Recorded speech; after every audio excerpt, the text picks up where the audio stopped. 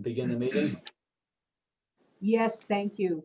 Dave Merritt, Present. Marty Whitmore, Present. Tom Alvey, Here. Kathy Chandler Henry, Present. Mike Richard, Here. Bill Trampy. You're There. muted, Mr. Trampy. I can see you. Button now. Yeah. Stan Winery, Steve Aquafresca, Here. Tom Gray, Here. Mark Catlin, Oh, and Mark was the one that was missing too from my. John Ely, Here. Al Vandenbrink, Doug Monger, Rebe Hazard.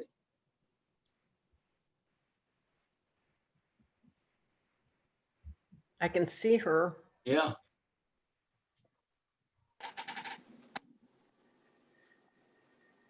Well, we know you're here, Rebe. Yeah. Yeah. Karn Stegelmeyer. Present. Thank you.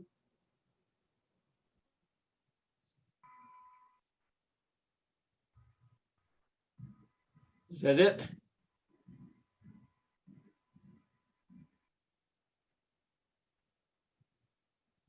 Well, Rebe's being admitted again. I think she dropped off or something. There's Oh, Catlin. yes.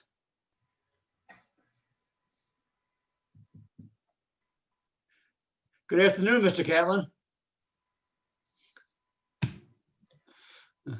Doing good? Yeah, but you can, we just call the roll.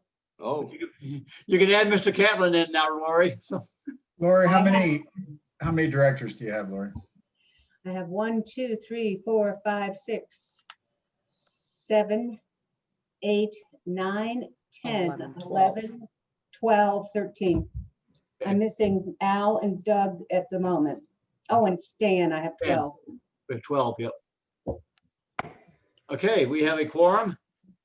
Let us proceed. Mr. General Manager and Mr. General Attorney, you want to review the meeting agenda and objectives? Certainly, I believe that General Counsel has 2 minor recommended changes to the agenda before we would ask for your approval. Peter? Thank you, Andy. Thank you, Mr. President. So I've got the printer running in the background here, so hopefully that will stop in a moment. If it doesn't, I will do it.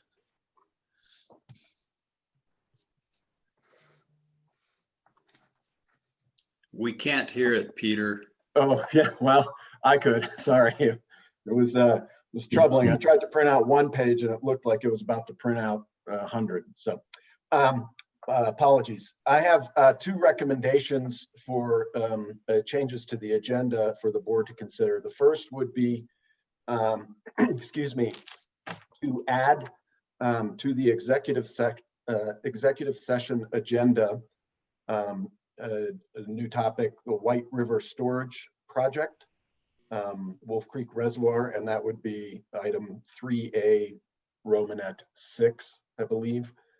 The second proposed amendment would be to add to the project update section 9 of the agenda as a section 9C, River District's appointment to the Eagle Park Reservoir Company Board of Directors. Okay. That's added to the agenda. Thank you. Anything else, General Manager, General Counsel? Nothing else at this time. Okay, thank you. Request approval of the consent agenda consisting of the minutes and actions from the 3rd regular joint quarterly meeting in July, special meeting on September 1st, and also review and acceptance of the treasurer's reports for January through May. Is there a motion? So moved. A motion by Second. Whitmore. Is there a second? Second by Second. Fresca. Any further discussion? All in favor, say aye. Aye. Aye. Aye. All opposed, nay? Thank you. General Counsel's report. Mr. Fleming, we're back to you. You're muted. Thank you, Mr. President. I would make a recommendation that the board convene into executive session to discuss the items referenced in Agenda 3A pursuant to Section 24-6-402 per N4 B and E. Okay, we have a motion. We have a recommendation for motion, rather. Is there a motion to go into executive session? So moved. Motion by Whitmore, second. Second. A second by Stegemeyer. Any further discussion? Hearing none, all in favor say aye. Aye. Aye. All opposed, nay. Say your magic words, Mr. General Counsel. Thank you, Mr. President. The substance of the discussions in executive session will constitute attorney-client communication for which no further recording needs to be made. And I believe the first item up, we're going to request that the board request that non-essential staff excuse themselves from this portion of the executive session discussion. And I believe President Merritt that as you have done in the past several meetings, at least, you were going to excuse yourself as well. And Ms. Whitmore, you have the virtual gavel. Thank you, Mr. President. Here it is. All right. And we are back in session. We have come back from executive session, and Peter, want to say the magic words? Thank you, Mr. President. During the executive session portion of the River District's meeting today, the board discussed with council the items listed under Agenda 3A and provided direction to staff and council on a number of those items. I would note for the record that President Merritt was not present during the discussion of item 3A Roman 1. And I do not believe that there was any proposed or recommended formal action coming out of executive session. Thank you. There are no action items teed up for the General Counsel's public report. So I'll try to keep this short because I know we're very far behind and appreciate the public's patience with us today. I would call your attention to two items in the General Counsel public report. One of those items is the discussion of the reservoir releases from Elkhead Reservoir that the River District made toward the tail end of the irrigation season. That discussion, I believe, is on page 6 of your public report. We had I believe after this memo went out, a discussion with the State Engineer's Office and Attorney General's Office regarding some lingering concerns we had about the state's interpretation of the River District's storage rights at Elkhead Reservoir and the beneficial uses that those were decreed for, primarily regarding the in-channel piscatorial and recreational purposes that are expressly listed as beneficial uses. We expressed our position to the state officials that we intend to operate the reservoir in accordance with its decreed uses, including potential releases from storage into in-channel beneficial uses. The state is preparing a report, or maybe not a report, a formal report, but advice to the state engineer regarding those issues. And depending upon how that comes out, we may have quite a bit more information and discussions with the state and with you. At this point, we just don't know how that's going to turn out. Happy to talk about any questions about that, but we obviously will update you if there are any new developments on that. Any questions on that? I know as a board, I'm very appreciative for the quick response that the general manager and general counsel and the staff were able to make and provide those releases to the benefit of the Yampa River. I mean, it was sure it was well appreciated up there. Well, along those lines, I will say that as we sat here, I received a copy of a letter that was scanned in by our staff that we received today in the mail from the, just to make sure I get the name of the organization correct. It's the Moffat County Cattlemen's Association, thanking us very much for our efforts up there and informing us that they really appreciated the effort we made and that the effort was noticed and helped out ranching families up there. And just want to say thank you to the board for allowing us to do that. And it's always good to know that we're actually helping our constituents. So. The only other thing I wanted to draw your attention to was there's a very brief discussion on page 7 of the public report about the anti-speculation task force that was created as a result of Senate Bill 20-48, which I believe Representative Catlin, Director Catlin was a co-prime sponsor on, as well as a number of other West Slope legislators and Front Range as well. And that bill tasks the director of the Department of Natural Resources with convening a group to analyze what measures might be taken to determine first whether the state's anti-speculation laws should be strengthened, and if so, what could be done to do that. I think Andy and perhaps others requested that I be on that task force, and I was thus appointed. And that task force has had one meeting so far, and we'll have a series of others, including a legal group subset of which I'm also on. I sort of set forth in the very brief terms in your report that I anticipate taking a position that would be to protect the private property rights that are represented by water rights, but to do so in a way that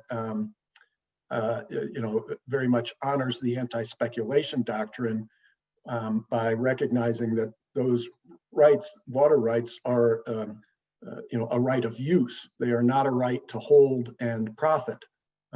You may eventually profit from the sale of your water right, but you really don't have a right to sit on it and profit, especially when the holding and sitting of on a water right is for the anticipated profit to be achieved by the non-use of the water right. Water rights are recognized and decreed in the state based on use. So that is sort of the angle, at least, that I propose to take. Obviously would be very interested if board members or the board as a whole obviously has any different take on that or different position. It should be an interesting process, and who knows where it will lead. It may amount to not much, but I intend at least to seek to protect the River District's interests and the West Slope's interests in avoiding the speculation of West Slope water rights. Other than that, I don't believe I have anything further. I'm happy to answer any questions about anything else. Any questions on Peter's report? I have a brief question. Peter, with what you just described to us, what would be the potential impact to this process we're seeing in the Grand Valley, where out-of-state interests are purchasing irrigated farm property with the intent to possibly participate in a demand management program? Well, I'm sure folks will say if I buy a agricultural parcel, I'm entitled to continue to irrigate that parcel until I want to do something else with the water. If you have a defined end beneficial use that you can use for the water, and you have You know who you're going to, where you're going to use it. I suppose you can do that. If your defined end goal is not to use the water, but to not use the water, I think that raises another question as to whether that is a legally viable means to hold the property interest in Colorado that we call a water right. Because as I've noted, a water right is a right to use, not a right to not use. Nobody can force you to use your water right, of course, but if you don't use it over a period of time and you intend not to use it, maybe you're not supposed to have it. Well, would participation in a demand management program, letting one's water right go downstream, would that be an action to not use the water? But it begs the question as to whether participation in demand management is a recognized beneficial use, is a legal beneficial use. In my mind, at least, that question has not yet been answered. I know there are arguments that it could be a beneficial use. And the argument would be because it facilitates the continued beneficial use of other waters in the state. But is that a beneficial use of a specific water right? I think it's an open question that has not yet been resolved. If it is not a beneficial use, then, in theory, the market for those types of acquisitions perhaps goes down. If it is a clearly defined beneficial use, and without making judgments upon that one way or the other, in theory, the market stays as it is or potentially increases. Thanks. Yeah. It's a fine line there. Yeah, Yes, it is. real fine. Yeah. Okay, any other questions of our general counsel? General Manager, Mr. Mueller. Thank you, Mr. President. I do want to start out by first publicly introducing Brendan Langenhausen, our new senior water rights engineer. Brendan joined us last Monday on the 12th of October for his first day. We're really excited to have Brendan on board. I think he's met several of the board members already, but wanted to introduce him again and to the public as well. As you're aware, we have some engineering department retirements, so we're not creating a new full-time position. We are just merely assisting with the transition to keep the number of employees we have. We are really excited to have Brendan on board. I've known and worked with Brendan over the past decade and been impressed with his work, and just think that it's a great opportunity for us as a district to have Brendan on board. So if you'll welcome him, that would be great. Well, welcome aboard, Brendan. Thank you. Thank you. I want to turn the general manager's report at this point over to President Merritt. We stuck the update on the 7A ballot issue under the general manager's report, but frankly, since it's more of a campaign than it, let me, before I hand it over to President Merritt, I can just say that, I have in my work time provided education and information to several civic groups and other entities that requested information over the last quarter. Much of that's covered in the E&O report or I&O report.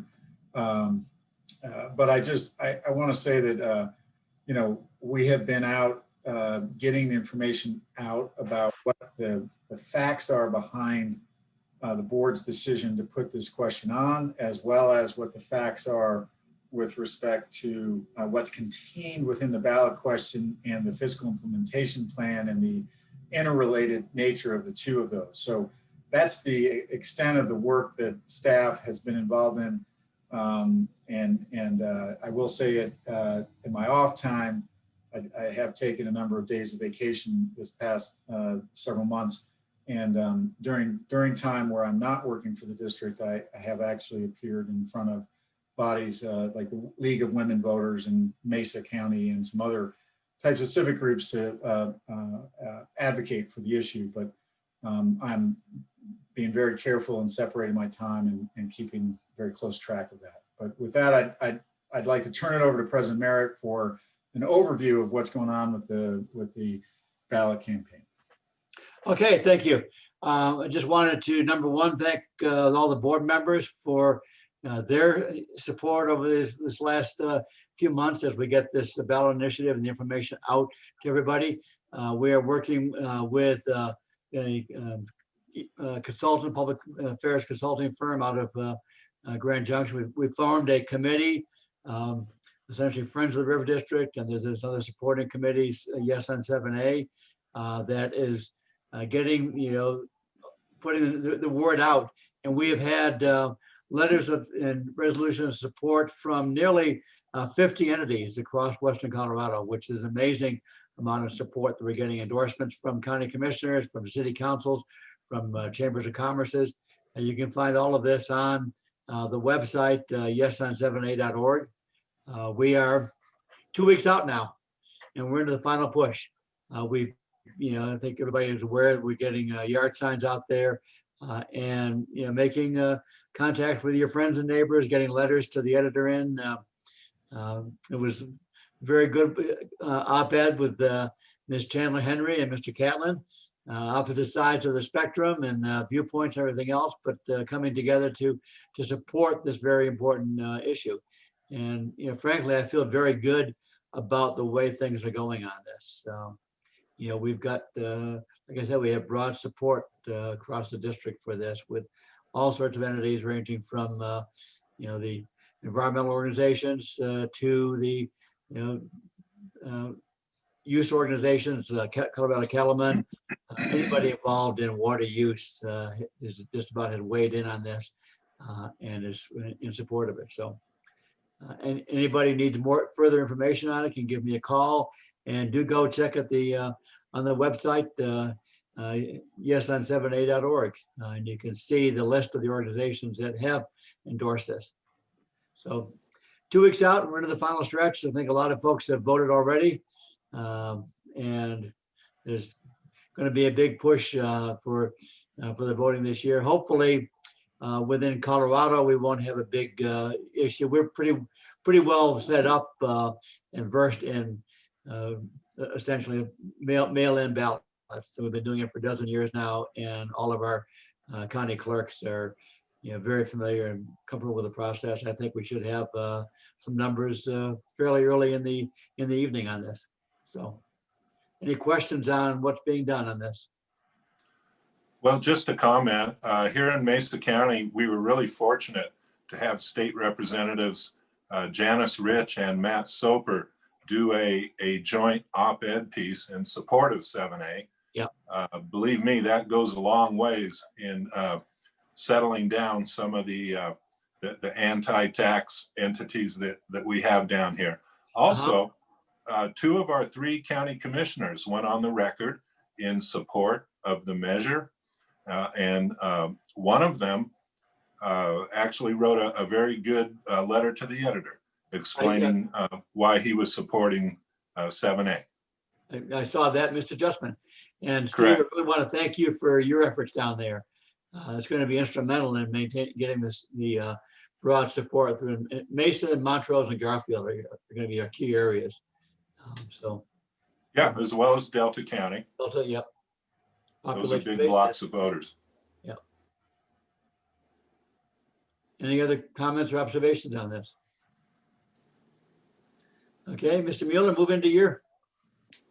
Great. I just want to say, as a staff member, I appreciate all the work that board members who are out pounding the pavement are doing, and there are many of you, most of you in your communities are doing that, and I really appreciate it. And at least from my perspective, while the number of votes may be large in those counties just mentioned, every county matters.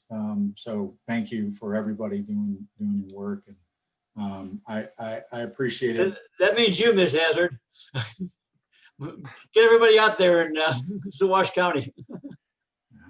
Now, Dave, let's not pick on any one county here. So and the rest of my report, I want to just say, I mean, it's fairly self-evident. The UCRC is slowly moving towards a study of demand management. I think that's a fine process for them to pursue. the CWCB has had several good meetings that I summarized in the review and provided links to. And I think they really have, you know, at this point, they haven't ruled out, they haven't said it's not feasible, but they haven't made a feasibility determination. And I think that's kind of the key for this board to understand, that CWCB is still looking at it. They've recognized there are a number of data gaps in terms of verification and operation of the river, and even frankly, one of the largest now pending questions is how in the world would anybody ever pay for a demand management program in an economy that looks like ours does today. So there are large hurdles to overcome, pilot projects that need to be done.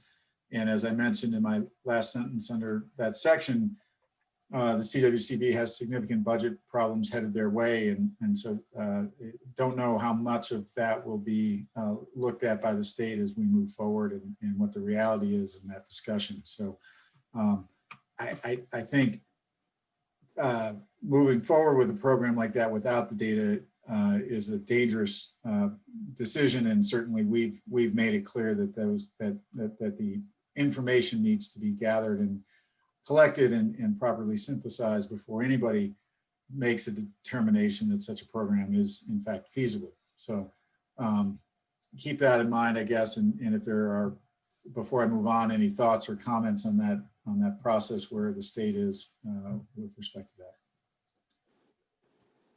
Dave Trampy. Yes, sir. Andy, in all of this, and I've been in cow camp too much the last couple of 3 weeks, but as we're moving forward with this, as far as getting participation from the country in a potential voluntary program, there's all kinds of administrative issues with how, what, and when we talk about consumptive use credits.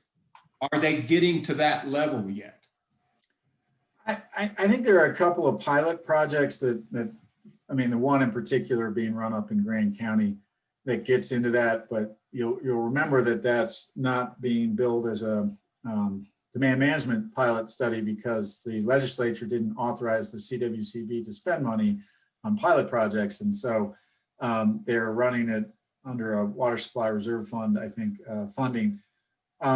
You know, that's one of the projects, but there's a whole lot more. And Bill, you're absolutely right that I think what you're getting at is those technical questions are I think the answers to many of those technical questions are as varied as the operations of individual ranchers and farmers. And so I think that how the state actually goes about collecting that kind of information or generating that kind of data and understanding, they have a lot of work to do before anything gets moved forward. So. But if you're going to have voluntary participation, you know, I don't know which comes first, the cart or the horse, but some of that has got to be worked through, and I hope the state is beginning to recognize that. Right. And I think the state did, you know, to be fair, the CWCB board and staff talked about that at their, both at their day-long workshop in early September, and then their about hour-plus discussion that they had in that late September board meeting. And they recognize that those questions are really important to answer, and that the best way to answer them is probably through a series of pilot projects. The staff at the CWCB is coming back with a recommendation for a work plan. I think the key on the staff's ability to do that meaningful pilot projects are truly limited by the budget at this point. So don't expect a whole lot of progress, if you will, on that. So we're going to cover the Water Bank Work Group economic study after lunch, and I think it's great that we're going to have that. I would just encourage you all to make sure you ask questions and get your concerns voiced. Remember, it is the beginning of an economic study. I mean, it is in and of itself a study, but it identifies a lot of questions and concerns And just even the assumptions in that report are really important to focus on. The one that I would just mention ahead of time is that the Doug Jeavons and his group had to, based on the number of owner-operator ranches and farms, the entire study is based on the premise that those participating in the program are in fact local owners and operators. And so when you turn to an outside New York investment fund operating in the Grand Valley or anywhere else in the West Slope, the economics are completely different. You'll see in that report some upside discussed about how this replacement income helps the community. None of that is true if you have as tenant farmers and New York City landowners who take the money and return it to their shareholders. So, and along those lines, I want to say, we've had a great series of webinars. We had one in August where we invited Disk Dean, the head of Water Asset Management, and Representative and Director, Mr. Catlin, to a panel discussion about this very subject, and wanted to get some insight from the horse's mouth, if you will. I'm not talking about you, Director Catlin, either. But shortly before the event, we were informed that their principal, Mr. Dean, was unable and unwilling to participate, but they offered up their paid spokesperson who happens to have a law degree. And we declined to take their lawyer in place of their principal. Instead, we moved with Luke Runyon, who had done an investigative journalism piece on water asset management's investments. And I have to say, Luke Runyon did a great job explaining the facts as he was able to uncover them about WIM's investments. And I think it was really an interesting presentation. I will tell you, we had tremendous, and I want to say there were over 300 views on that one Water with Your Lunch event, both that day and then afterwards. And that's something I want to mention. Like, every one of our webinars and seminars has been free to the public and is available on our website with links. And I really encourage, as you go into the dark winter and you're not allowed to go socialize with your friends, and if you can't sleep, I would really recommend reviewing. If you didn't see them the first time, look at them again, because our EA team has done a really great job putting those on and really conveyed some great information. I would encourage you to get, when people have questions in your community about what's going on at the River District, send them to the webpage, send them to our webinar site, and there's really great information there. I think, by the way, Director Catlin did a phenomenal job describing our concerns and his concerns about demand management, about the relationship between demand management and the investments that are being made by these outside investors, and just the discussion of demand management leading to this potential. We've really got to look at it. Now, we've also got to keep in mind, especially given what we are aware of in terms of the desire by some Front Range utilities to have individual pools created in that storage account in Powell, that we have to watch investments and their direct relationship with those Front Range entities. And so it may not just be a demand management program that's incentivizing them. It may be further compact compliance issues. And so we've got some real interesting concerns about this, and it is definitely on our radar. I can't tell you that we have the answers right now, and Director Acquafresca asked a really good question, Peter, earlier about that. We're looking at it, is what I can tell you, and we're raising alarms about it. But I think there may be some need for structural changes in our laws to accommodate the concerns, or to prevent the wholesale use of water as an investment tool in the West Slope. Just as an aside, Wall Street Journal has reported in the setting up of a water futures commodities market in New York, and those two things are not unrelated. So Can't say that I fully understand that water futures market right now, but it is something that Peter and I and others of the district are looking at, and just wanted to mention it. Certainly, if any of you have insight on it, let us know. But it is there are some really concerning trends, not just in Colorado, but basin-wide on the investment in water resources.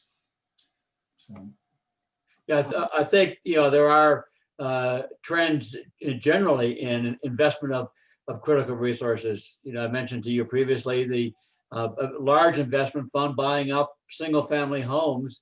I've been doing this since the last crash in 2008. Very high value single-family homes, and this is just one more attribute of that. Looking at where these values are for the future. Vulture investors. Yeah. Mm-hmm.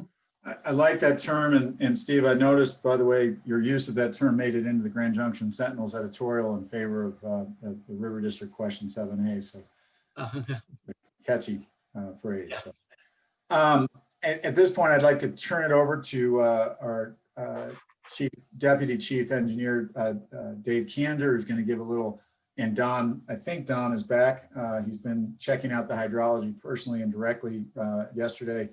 But certainly Dave is here. Welcome, and he's going to give us a little update on the basin hydrology. And if you're not depressed by the outside investors, we'll see if we can't get you a little.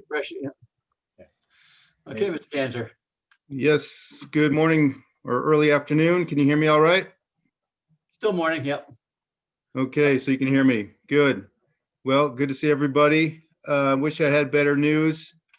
The memo that you would have under section 4E spells out kind of where we are and how we got here. I don't think I need to belabor it too much, that it was extremely dry, depending on where you look in the basin, somewhere between the 4th, 5th, 6th driest that we've experienced in the period of record, about 100 years, 105 years. Mostly due to that date after April 15th, when basically precipitation stopped and temperatures went sky high. So we were able to meet pretty much all of our demands throughout the basin, based on good storage conditions. And that's kind of the good news and the bad news. We used up quite a bit of storage, and so we'll be in quite a recovery mode, looking forward to this next winter season. We were also hit by what we're calling a monsoon. Very little, if any, moisture, which typically gets generated in August, September, arrived. That's shown really in figure 2, and how that impacted our water supply. The plot there, which is somewhat busy on the left side of figure 2, shows that we went from a reasonable water supply in that blue line down really to the minimum, or even below what the minimum probable forecast was for Lake Powell, Glen Canyon Dam. So we use quite a bit of storage there. The interesting thing is we, in this water year, released only 8.23 million acre feet for the first time in many years. The bad news is now with these storage conditions, the 24-month study and the annual operating plan suggests that we will be having an April adjustment in 2021 and release again a 9 million acre foot chunk of water to the lower basin pursuant to the interim guidelines, which you heard recently is undergoing its review under section 7D. We'll see that document next Thursday as a reminder. There'll be a reclamation presentation on that. The outlook is not good as you keep going through the memo that we prepared, Don Meyer and I prepared, showing that continued above average temperatures and below average precipitation for the 3-month outlook is likely.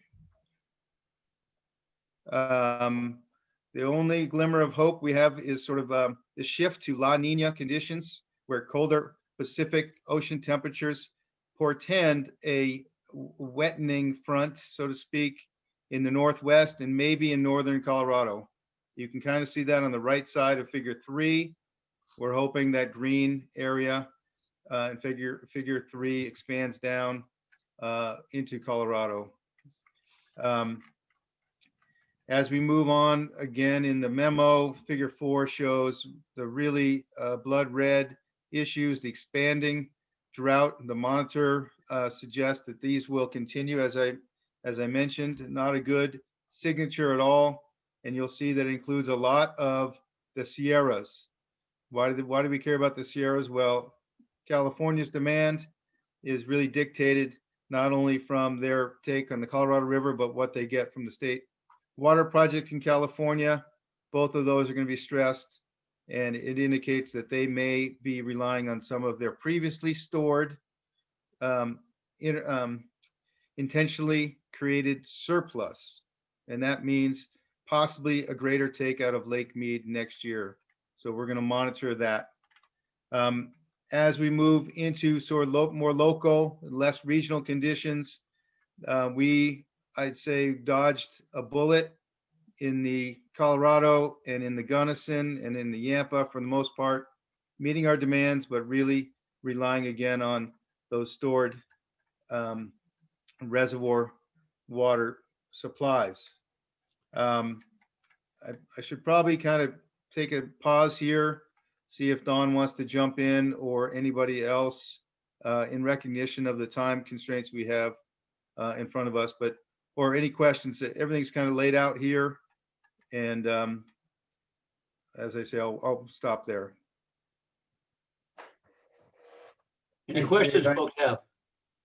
Mr. Cantor. I'm sorry. Should we buy a ski pass this year or not, Dave? Well, I think so. If you live in Colorado, came here for that reason, like me, definitely need to roll the dice and buy a ski pass. But you know, that is an entree into the cloud seeding venue. I'll just make a point that we are aggressively pursuing our cloud seeding strategy. I'm happy to note that sort of as separate to this memo, but in that recovery vein, we are deploying 2 new cloud seeding generators within our permit area. These have been acquired from Desert Research Institute. One will be in Grand County and one will be in Summit County within our currently targeted areas, so to augment our cloud seeding program. So just a side note there.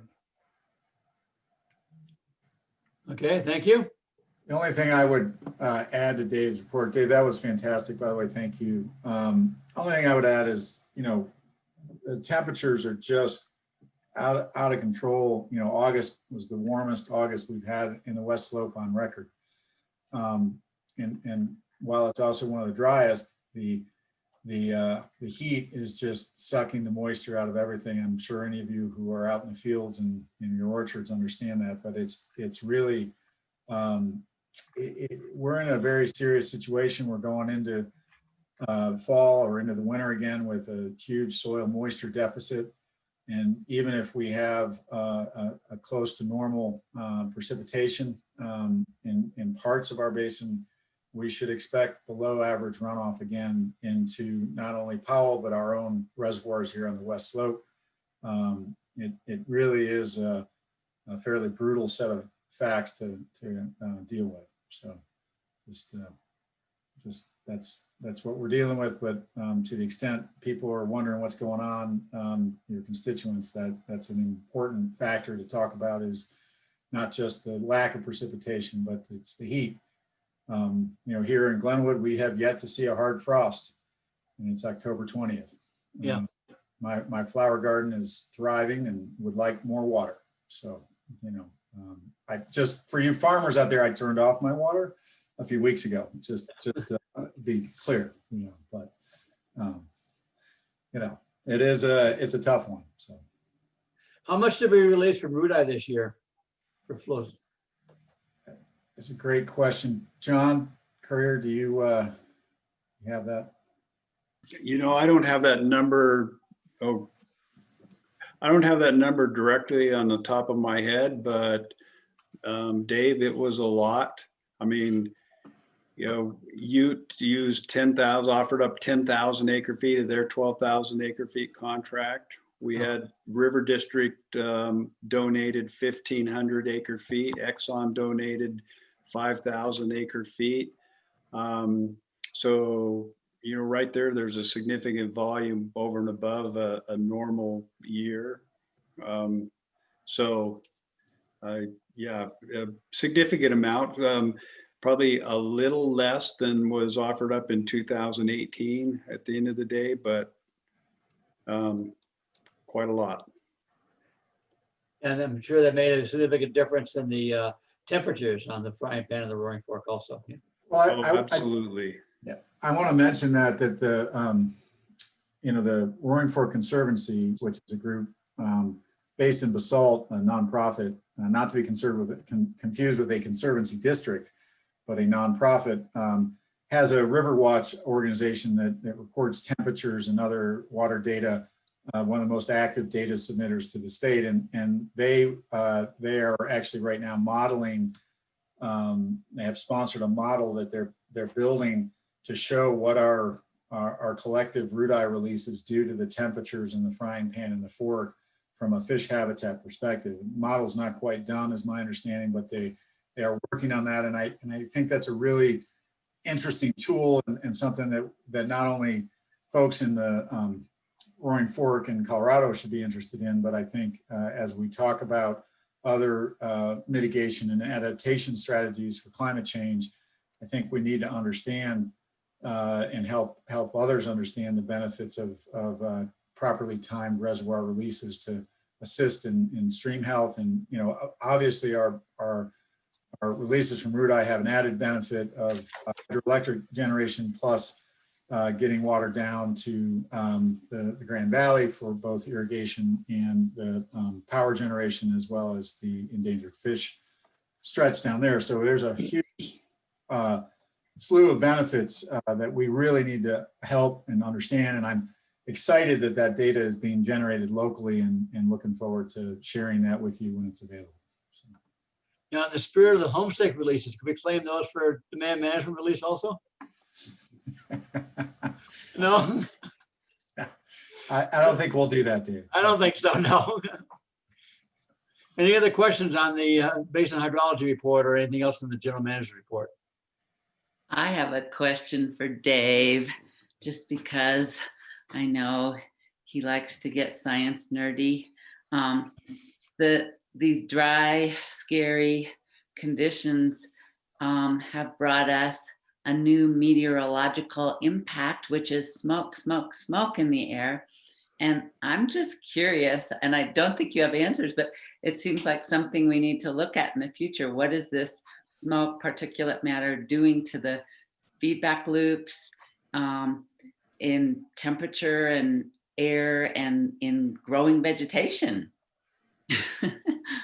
Well, thank you for the comment. And you're right, I don't have a direct answer, but we do know the impact of aerosols that you're describing can either be in the right concentration, a benefit like we do through cloud seeding, but we also know through these studies that when you have too many particulates, it actually causes less precipitation. And in fact, they have these urban area effects that are being studied right now with respect to this phenomenon. So the smoke from this year, very unique, record setting. I think it's too early to say what impact that has on our local, I'll say, weather patterns. The climate certainly is a longer term set of issues.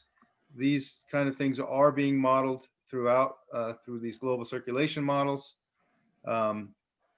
But again, the jury and the data and analysis are still out.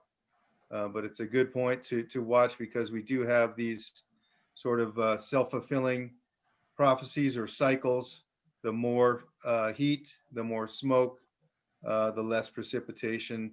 That kind of unfortunately destructive cycle is something we need to really keep our eye on. Okay. Any Well, other questions? Hearing none. We've got a few minutes for directors' updates and concerns before we need to break for lunch.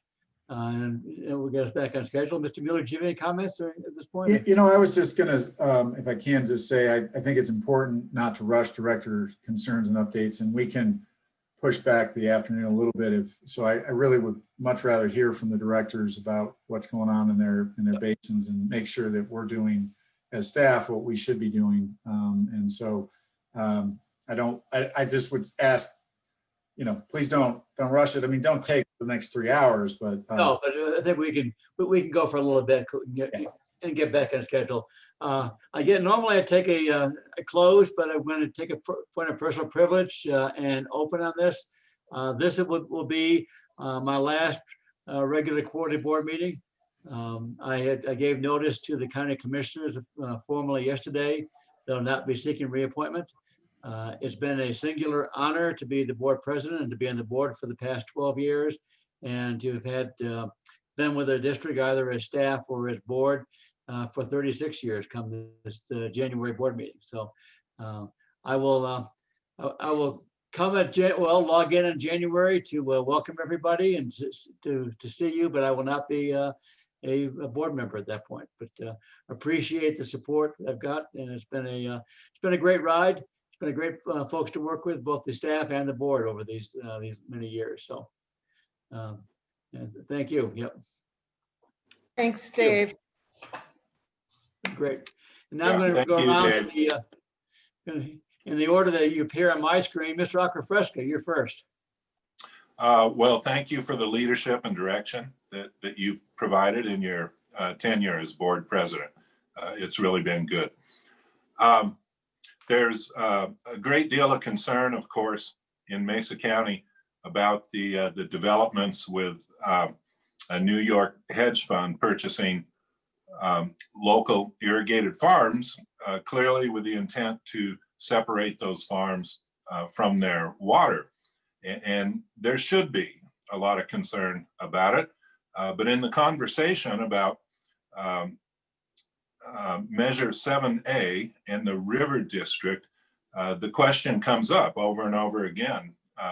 What's the River District doing about this? And I of course, iterate that the River District does not endorse demand management. We don't have anything to endorse, but we have been trying to facilitate our constituents in their exploration of this concept. And it's been pointed out that, you know, frequently facilitation kind of borders on accommodation, which is an endorsement of sorts. And I think the River District needs to think about this.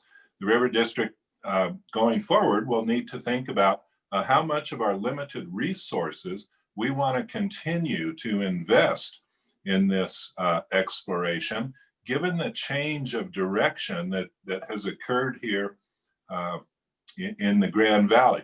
I have one organizational constituent that wants to continue to pursue demand management. Other than that, I have zero constituents that are interested in this pursuit. And I'm watching with great curiosity as to whether or not outside investors begin to target the Grand County area, which also now has a demand management pilot program.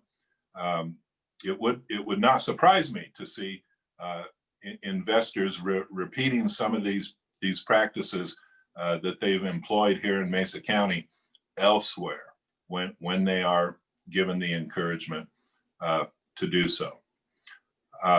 So you can probably expect me to bring this up some more in the future as we go forward. And I appreciate everybody listening. Thank you, sir. Ms. Stegelmeyer, you're next on my screen.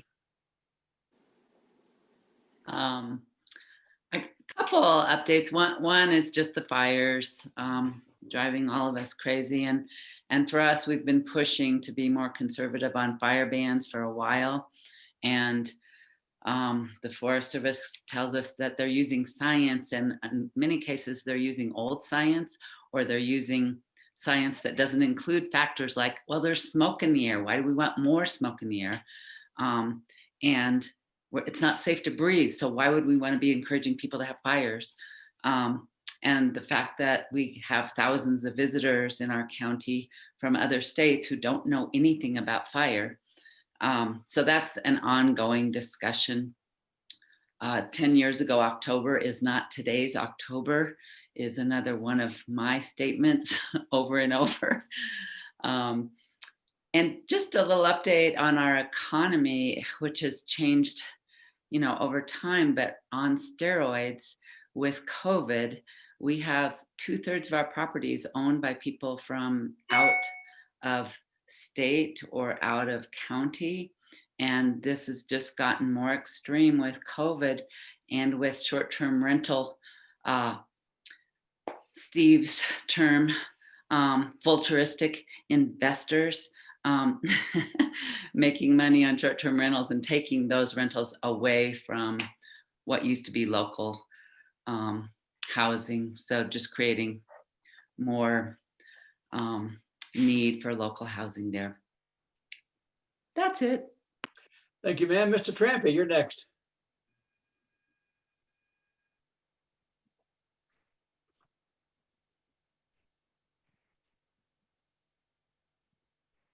Need to unmute.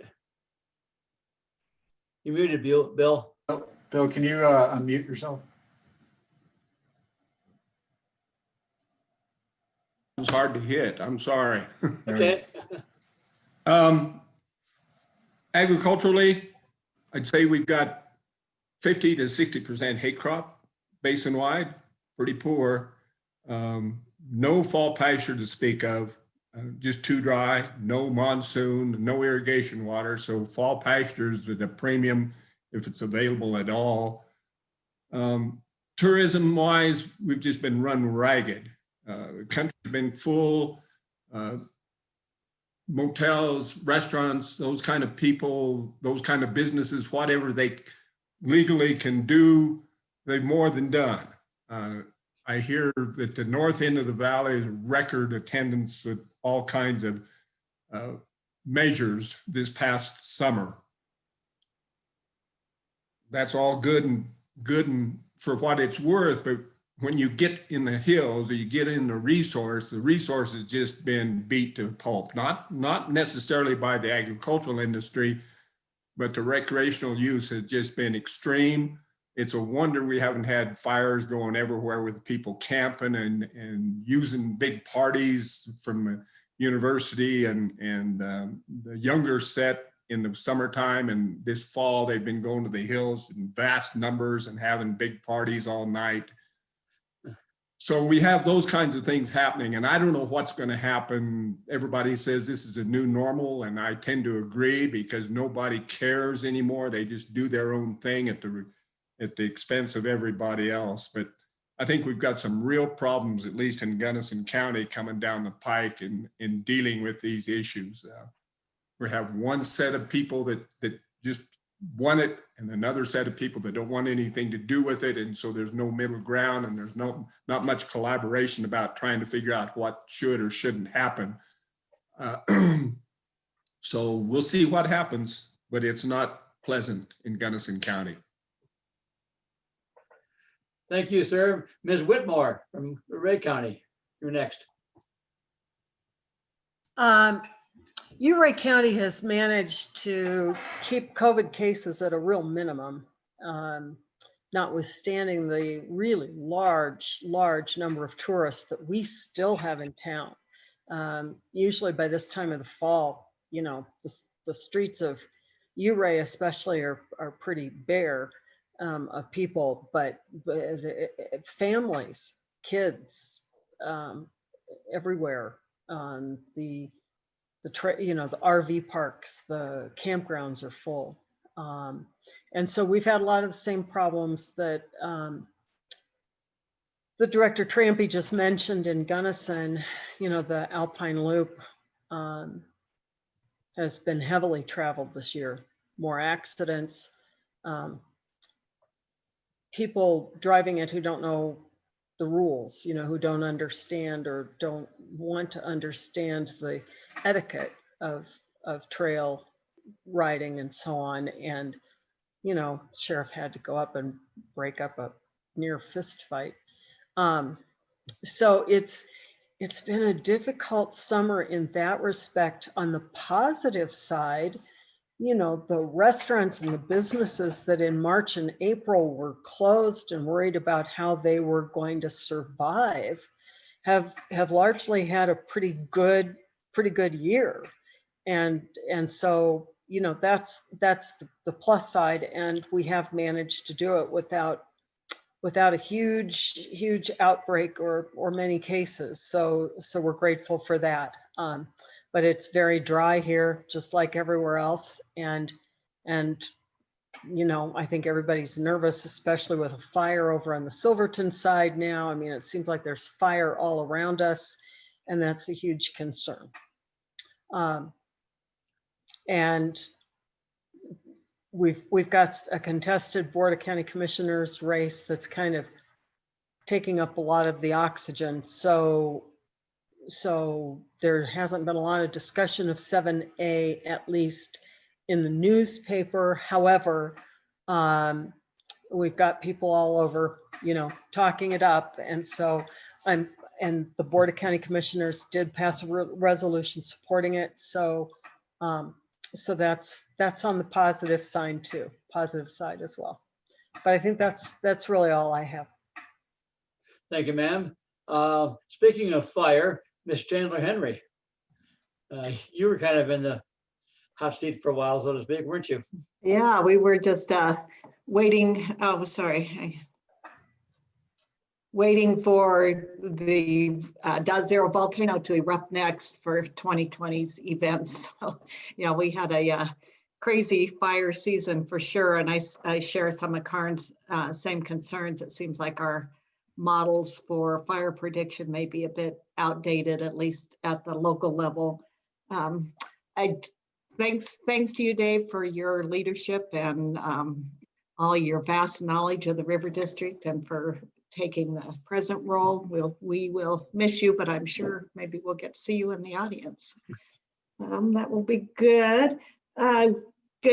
Breaking news, and some of you may have already heard this, is there is a fire in the main mine shaft at Gilman, at the New Jersey Zinc mine. So that's a huge concern, given that it's an EPA Superfund site and that there are lots of processes there to make sure the water is clean before it gets into the Eagle River and into Eagle River water and sand systems. So it's moderately under control, but it's a vast underground complex there. So it's a pretty uncertain future on what's going to happen on that mine fire. Let's see what else. Yeah, we are also seeing the same as Gunnison, Uray, other counties with tourism. Our real estate is going through the roof. There's a real tension between trying to have access to public lands and being able to protect those lands. So that's a concern that we have. And I just was reading an article talking about Zoom towns, sort of the new boomtown migration. People are migrating to places like the Western Slope because they can do their work through this kind of format that we're on today. So I think it's something that we will continue to face, and I think it has pretty big impacts for water issues as well. A question I had was on the cloud seeding program, and I did hear that Vail Resorts has pulled their support for cloud seeding and wondered if that was correct and if there are plans to try and replace that funding from anywhere. And the last thing is 7A, pretty good support for that. A couple of the organizations that I'm with, QQ and Root Eye Water and Power, the members are very supportive. We weren't able to do a resolution of support because of Pitkin County's stance, and those are consensus-based organizations. But I would say that members generally are very supportive of 7A. So that's it for me. Thank you, ma'am. Mr. Gray, you're next.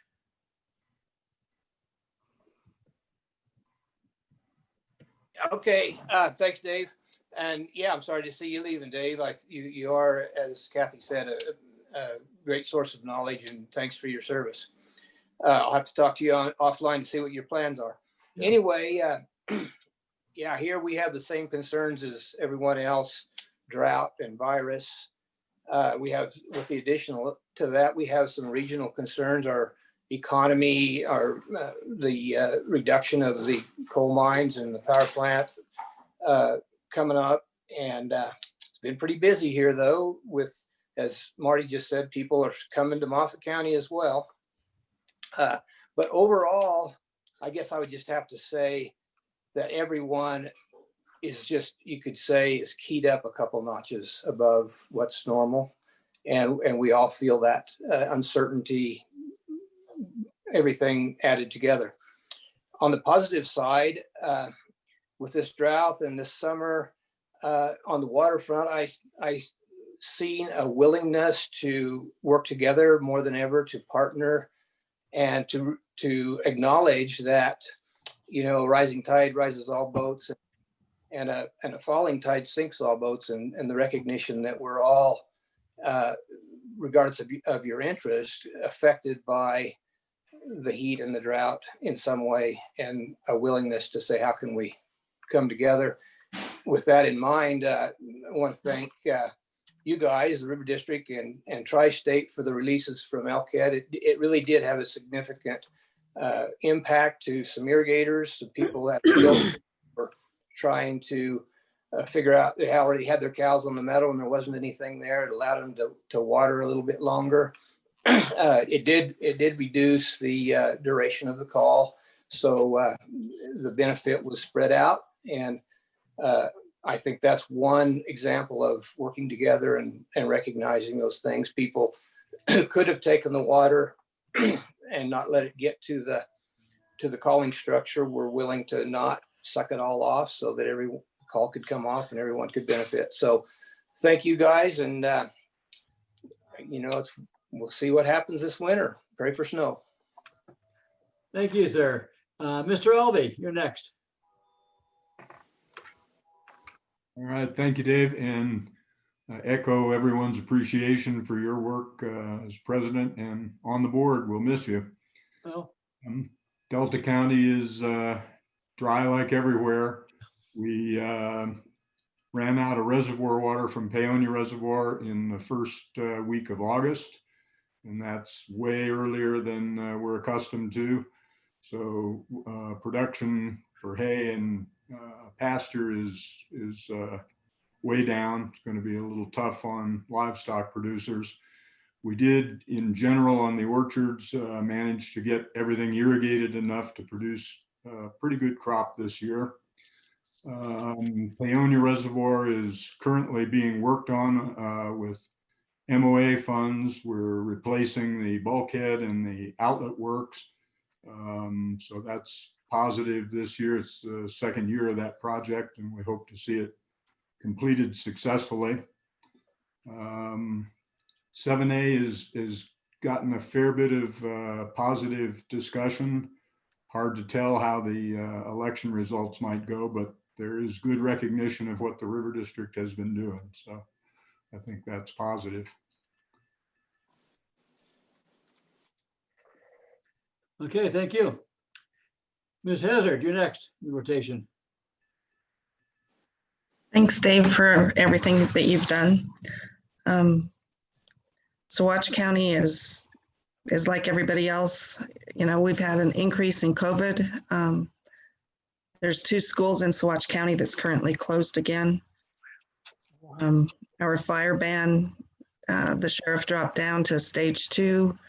So everybody decided to go out to the forest and camp and start fires. And thankfully, we've not had any that have gotten out of control. So Forest Service is giving out tickets, which is the way to go. Saguache is still in a stage 1 fire ban. Most of the campsites, not that we have a whole lot of actual business campsites, but anywhere anybody can pull a trailer or a car, we've got people sleeping vehicles, we've got an influx people from the Front Range, we've got an influx from everywhere, just like everybody else, and sanitary issues. You know, the tourism is the same way. Saguache County has no infrastructure on the west side. There's a few pull-offs, but by the time you have people that are living in those areas, and now hunting season, it's just, it's pretty disgusting. The mineral, or the fire in Mineral County has us concerned also. We've got so much dead beetle kill that it would take out Saguache County, probably all of us, Saguache County and Hinsdale County, all of us. So anyway, so I hope 2021's a great year for all of us. Thank you. Thanks, ma'am. Mr. Richard. Thanks, Dave. Thanks for all that you've done for the River District. We truly appreciate it up here in Grand County. Been an unusual year. Real estate, from a positive perspective up here, if you had small acreage with a house on it, it was sold. A lot of people coming in from the Denver area just to try to get out of the city have come into this area and have actually put a kind of a increased home values tremendously, which have caused some issues for local people to be able to stay here because of that. Fires, we do have a fire up, what they call the East Troublesome fire right now that is causing a lot of problems. It's moved from off the Troublesome drainage over to 125 onto Willow Creek. They do have the issue of it potentially, if the weather doesn't change, of going towards Grand Lake. They've got pre-evac over to Grand Lake right now on that, which is a major concern for the county. It did go down and is working currently towards hot sulfur and that area. Certainly a concern and stuff, but it's also doing a good thing in the sense that it's cleaning up the forest that has not been managed well through the years. So some of us locals are actually kind of happy to see some of this country be cleaned up a little bit from these fires. The other thing is IVLK is getting a lot of their work done on the river with all their projects and stuff. A lot of the structures are going in, stream bank improvements and stuff like that are going forward. That's helping tremendously. One other thing, if anyone's got 1.5 or up to $2 million sitting around in their spare change, we'd certainly like to see it come up for the Windy Gap Bike Pass connectivity channel. That still has not been fully funded, and they're still trying to find money for that to finish that project or to be able to complete that project. Other than that, everything else has been going good. Bill Trampy hit it right. We've seen more people this year out in our BLM country, even in the forest lands, people that have new RVs. The plates indicate that they're new RVs. And I think that's in some ways good, but it has beat the heck out of our country and made it even that much more difficult to deal with from a cattle perspective and managing that way. Other than that, thanks, Dave. We truly appreciate it. Thank you. And I thought I would share this photo that Kim posted last week of essentially a plane, fire service plane that was scooping up water out of Wolford for these for fire. Everybody can see that? No, Dave, that's actually a picture of what looks like your wife and your son. That's your desktop that we see. Oh, very nice picture.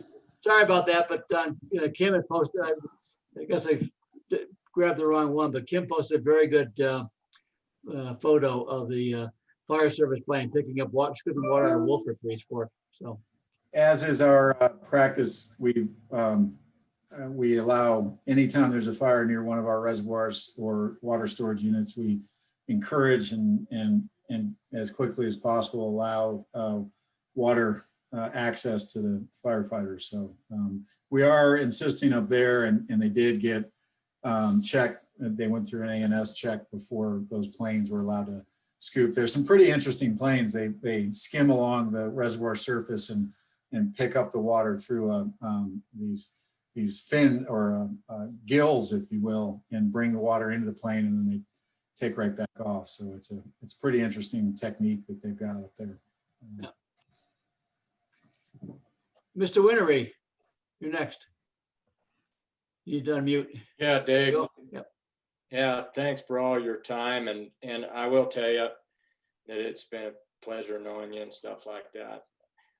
Here in Hinsdale County, I echo the same things. Our tax-based people, businesses and stuff, we're up almost 80% over. I mean, it's a record year. Alpine Loop is an 80% increase. I saw a deal the other day, you talk about these fires. We've had some huge ones in Hinsdale County. I saw a thing the other day that said you can either log it, graze it, or you can watch it burn. And I think there's some merit to that. The fire thing, you look at you guys there in Glenwood at the Grizzly Fire, you look at the Cameron Peak Fire, they're going to spend millions, and I mean millions of dollars to protect these watershed resources.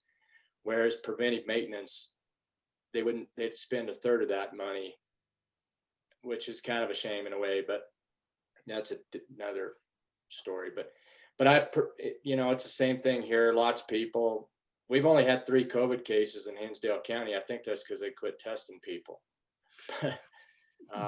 And I'm ready for the election to be over too. 7A, I think, is going to pass, at least here in Hinsdale County. I had some people the other day ask me about it.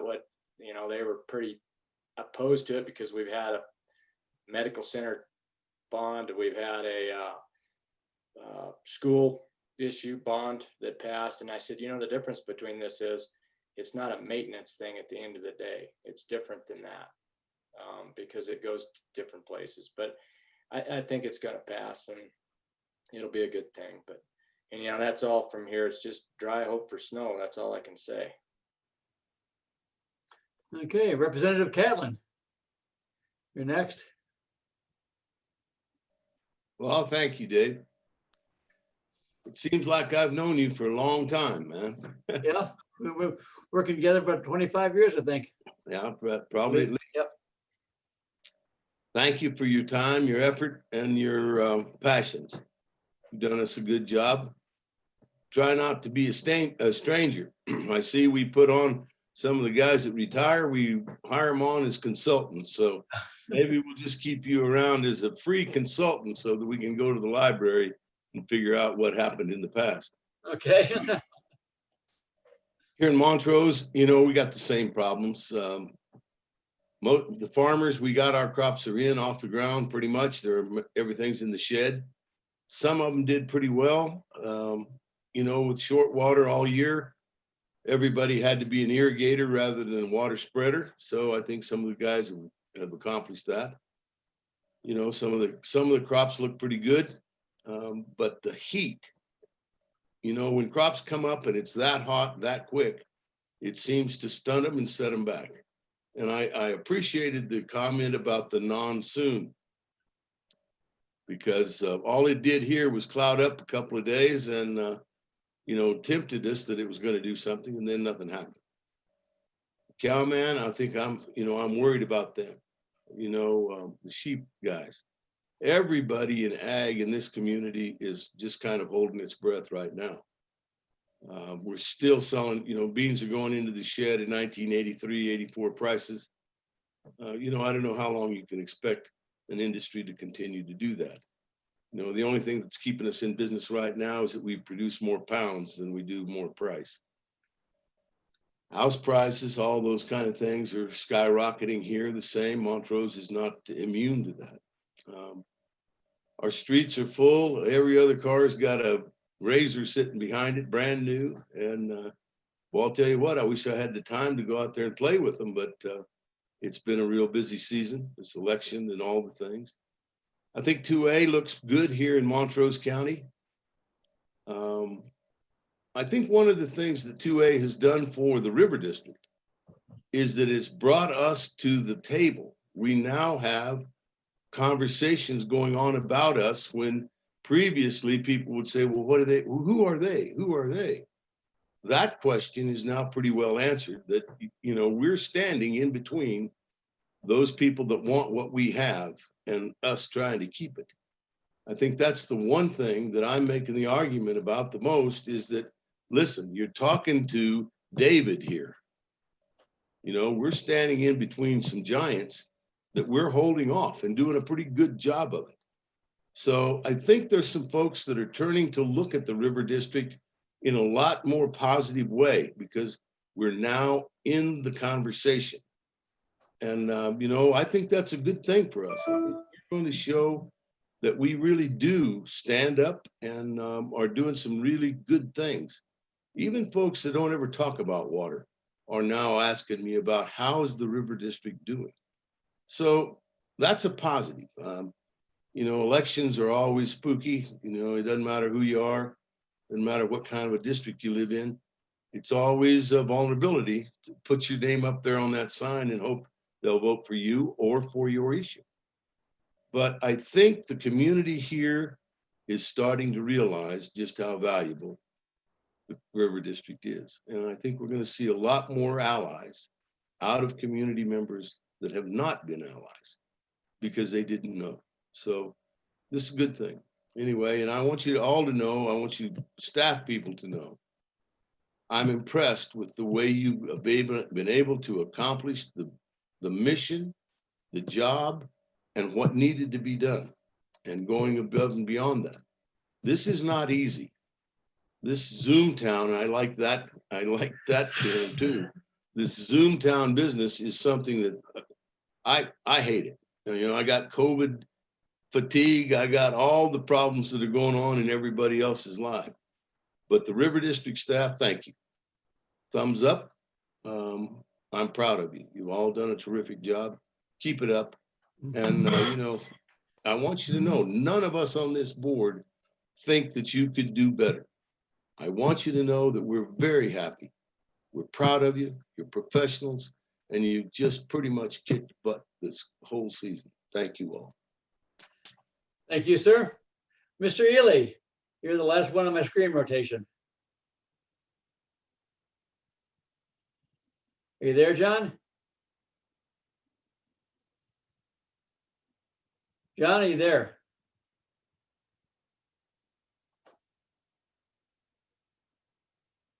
John, are you there?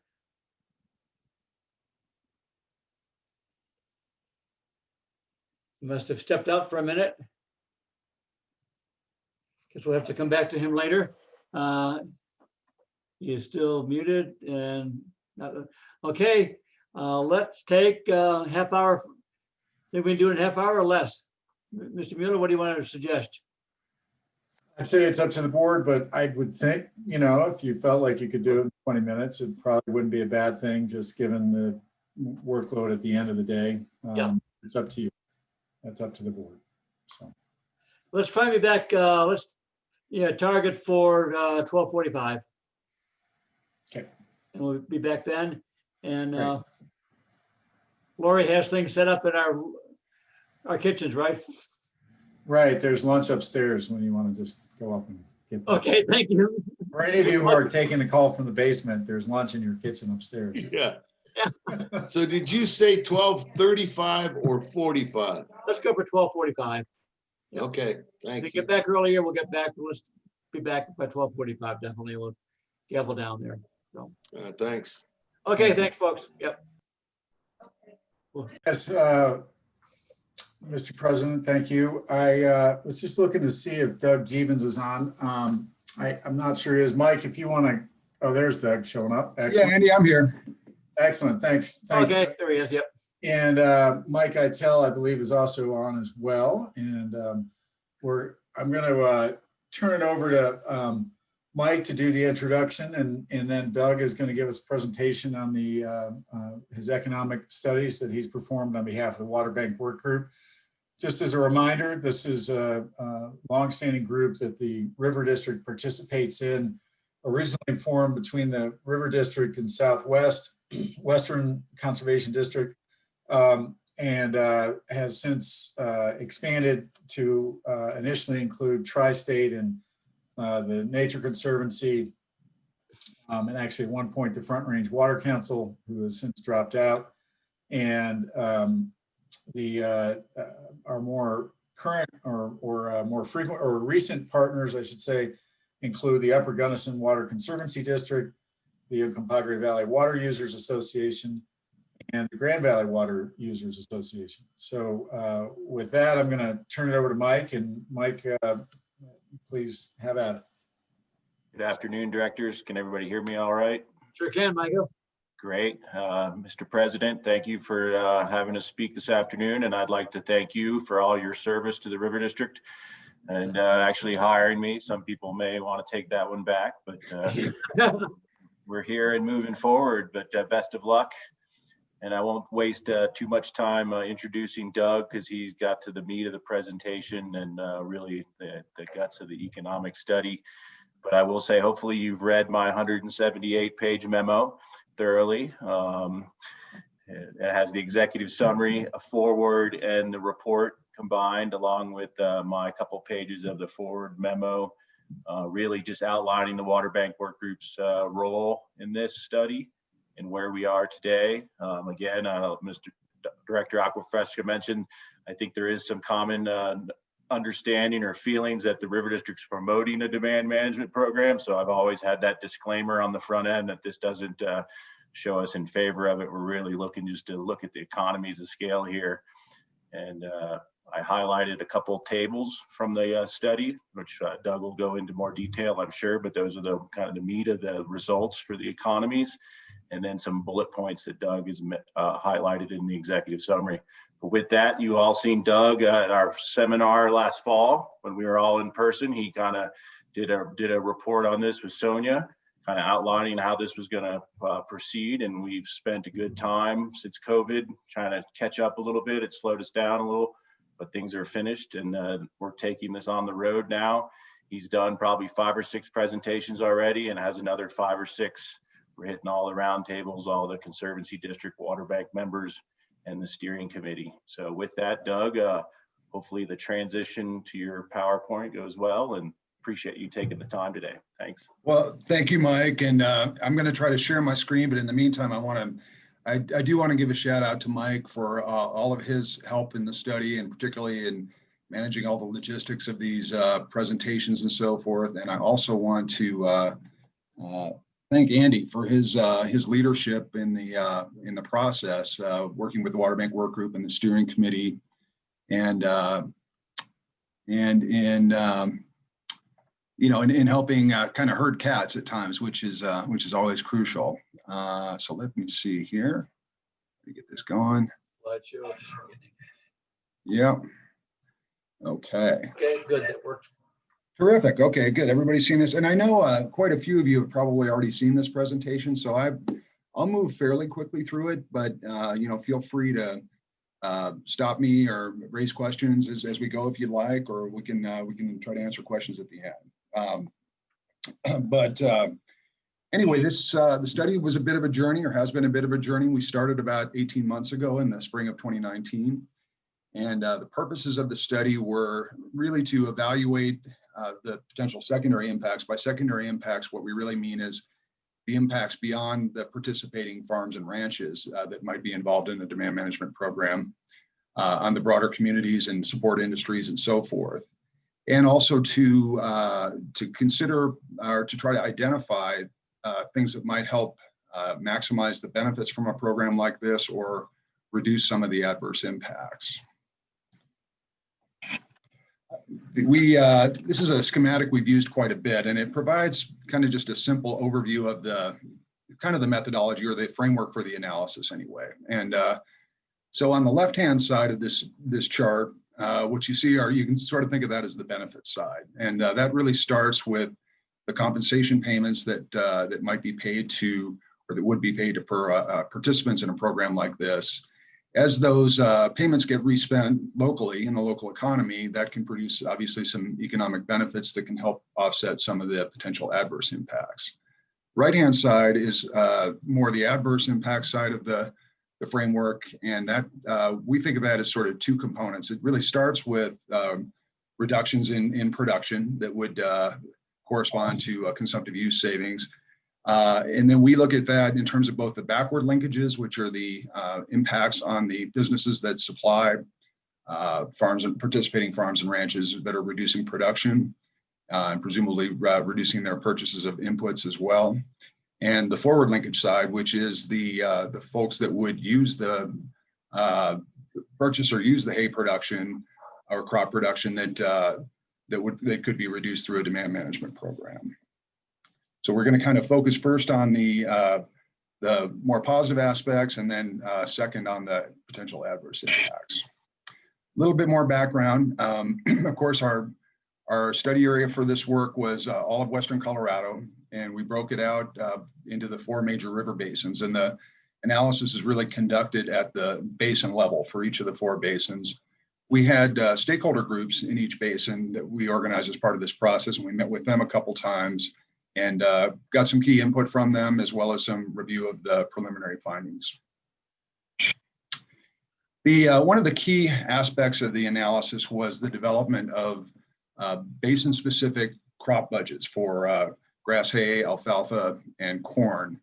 And those were based on publicly available data, so they really incorporate kind of basin averages in terms of yields, prices, and other characteristics. We know that, you know, every farm and ranch in Western Colorado is different. And so, you know, the economics for a particular producer might be quite different from what we've identified in the study. But the study is really, you know, at a broad level trying to get at what the magnitude of the effects could be. So that's why we use those basin-wide average estimates. Another key piece of the work was defining some demand management scenarios. And that was necessary for a couple of reasons. One, you know, everybody talks, there's a lot of talk about demand management, but much of it is still very much undefined. But we needed to provide some definition or make some assumptions in order to be able to develop any sort of quantitative estimates of what the economic effects might be. So working with the Water Bank Work Group, we developed 2 different scenarios. The first one, which we call either scenario 1 or the moderate scenario, was really tiered to the demand management storage agreement. And you know, based on the scale of that potential storage space, 500,000 acre feet from the upper basin, and considering what Western Colorado agriculture's proportion of that could be, scenario 1 envisioned a 25,000 acre foot per year reduction in consumptive use across all of Western Colorado. And also the other aspect of it was that we assumed that a program like this would run for a 5-year duration. So basically over a 5-year period, the under scenario 1 could develop about 125,000 acre feet of consumptive use reductions to help fill that storage bucket. Scenario 2 is tiered more towards the results from the risk study. And as you all know probably better than I do, the risk study has indicated that to have a substantial impact on the potential for curtailment or compact call, a bucket much bigger than the 500,000 acre feet in the storage agreement might be necessary. And in fact, it could be that as much as 2 million acre feet might be needed to really have a substantial impact. So that scenario is based on that kind of scale and envisions a 25,000 acre foot per year reduction in each of the 4 basins each year for 5 years. So that would be 100,000 acre feet per year over 5 years, or about 500,000 acre feet in total. So as I said, we're going to start with talking about the benefits aspect, and that really begins with trying to develop some estimates of what the level of compensation might have to be for to engage participants in a program. So again, we use those basin average crop budgets for the forage crops, which we think would be the primary, the most likely participants in this kind of program, and developed a range of what we think the payments might have to be. And the range really comes about due to differences between the basins in terms of their yields and in terms of their cropping mixes. So But if you look at the kind of green component of that bar there, the overall regional average, we estimated at about $236 an acre foot. And that would be, since consumptive use per acre across Western Colorado averages about 2 acre feet per acre, that'd be about $470 an acre, roughly speaking. That number is basically pretty consistent with the actual payments in the System Conservation Pilot Program that involved the Grand Valley Water Users Association in the last few years. So, we feel those numbers are pretty reasonable. They really have to cover several things. They have to compensate the participants for the reduction in their operating income because they're producing less. They have to cover any sort of direct costs associated with forage management, weed control, all those kinds of things. And they also have to provide a premium to make this financially attractive for folks to participate in. So, as I said, the potential economic benefits really come about from the respending of those participation payments. And there's kind of 3 important considerations in that aspect. The first is what the participants would spend the money on. And for that, we looked back at prior studies of water leasing programs across the West that have done surveys of participants and also some survey information that did come out of the System Conservation Pilot Program in Colorado as well. So in general, it looks, typically the money gets spent on the categories that we've identified here. But another key component is how much gets spent locally. And again, looking at prior programs, 60 to 90% seems to be a typical average in terms of local spending. And we modeled both and present a range of findings because of that. The third real key piece is where the money comes from. And the reason that's important is that for us to look at the compensation payments as providing a stimulus, if you will, to the Western Colorado economy to help offset some of the adverse impacts, that money really has to come from someplace other than Western Colorado. If it does come from, if it came, for example, from taxpayers within Western Colorado, it's not really creating new benefits in the region. It's just moving around from one source to another. Let me fix my lighting here real quick. I'll be right back.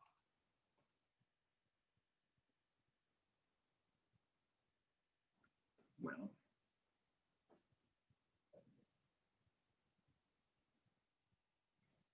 Okay, sorry about that. We have these lights are on timers or something, so they tend to go off. So anyway, those are three important aspects when we think about the potential secondary benefits here. Apart from the kind of the straightforward economic benefits of respending the lease payments, there obviously are other potential demand management benefits that have economic consequences. And one of the aspects that we wrestled with a bit in this study was how demand management might impact recreation and environmental conditions. And I think in the end, we pretty much all agreed, along with the stakeholders, that it's probably somewhat of a mixed bag. It's certainly very dependent on where the savings take place and timing. And reducing consumptive use would result in slightly greater annual flows in the rivers in Western Colorado.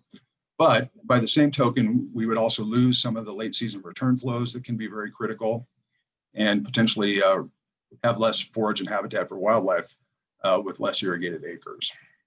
A couple other aspects of benefits, helping a lot of communities in Western Colorado are preference power entities and get power from Western Area Power Administration.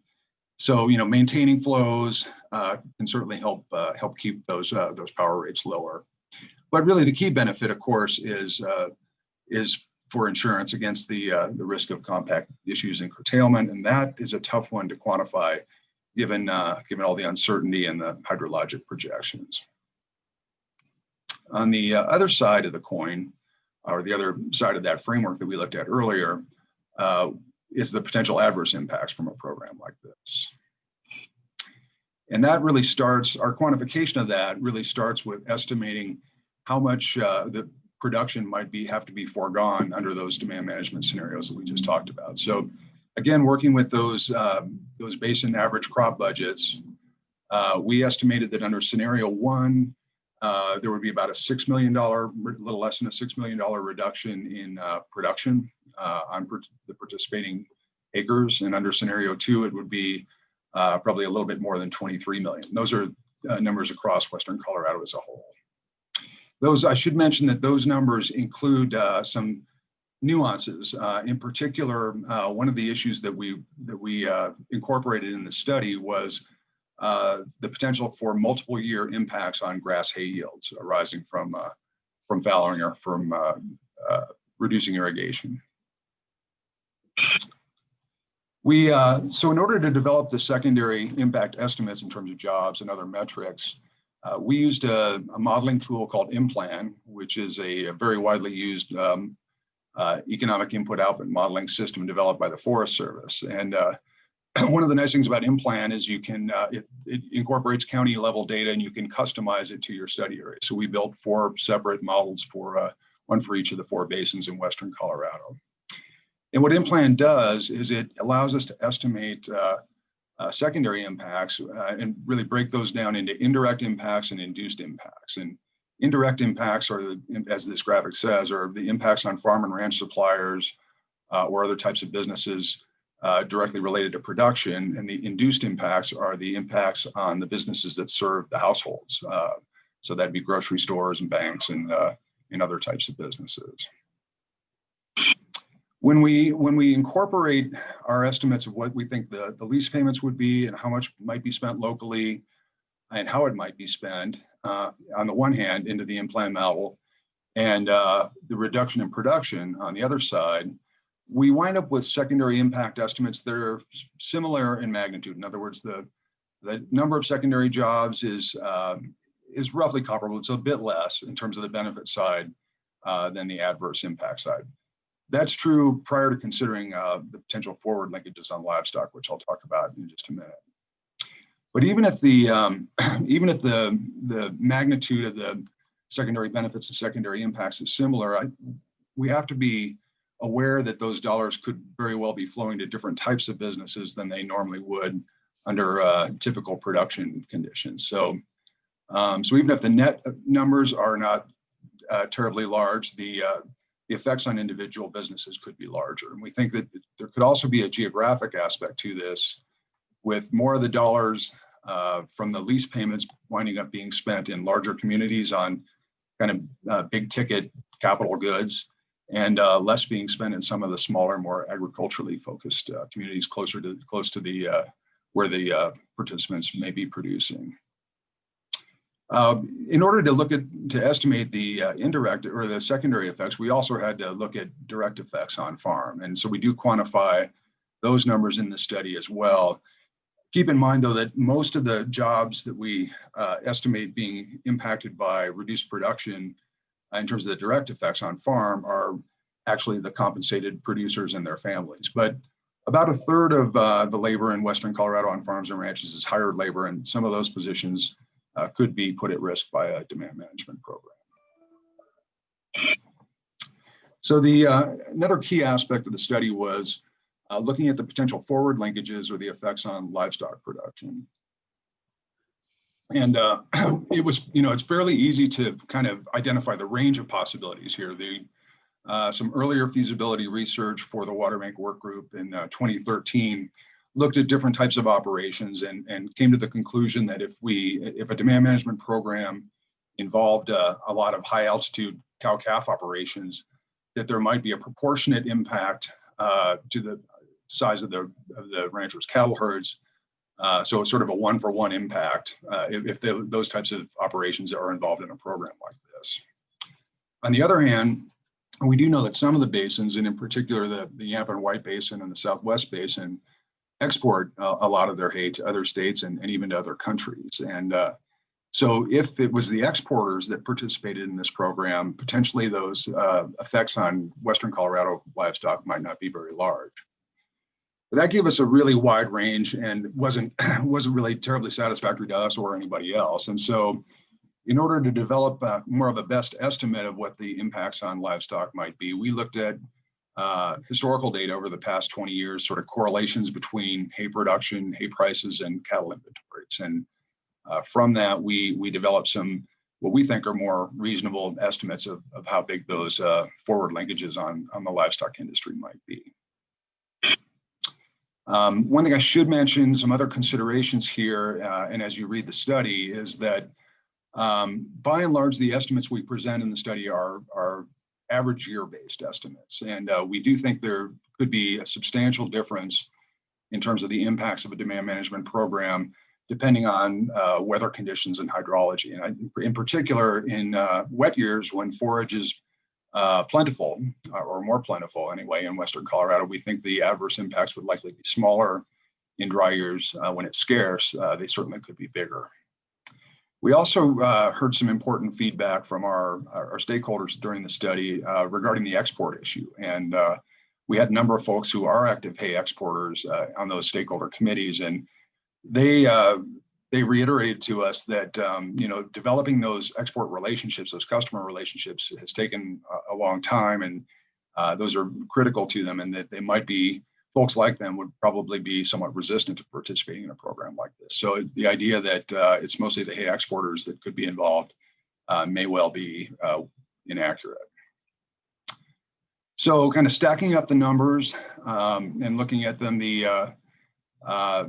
these numbers here are for Western Colorado as a whole. The study also presents numbers for each of the individual basins, but scale of the program, scenario 1, that moderate scenario, we estimate would involve about 12,700 acres, irrigated acres across Western Colorado. That's about 1 in every 60 irrigated acres. And you can see the estimates of the on-farm or primary effects and the secondary effects in this table. The ranges come about for a couple reasons. The low end of the ranges of the adverse impacts does not include impacts on the livestock industry. The high end does. And the lower end of the benefit estimates assumes 60% of the lease payments were spent locally. The higher benefit numbers assume it's 90%. But on net, in general, we do think that the net change in secondary jobs, that's the second to last row from the bottom, is probably going to be negative, meaning that that more jobs would be lost than gained through the respending of the participation payments. The net impact on value added, secondary value added, which is a measure of income, is more ambiguous.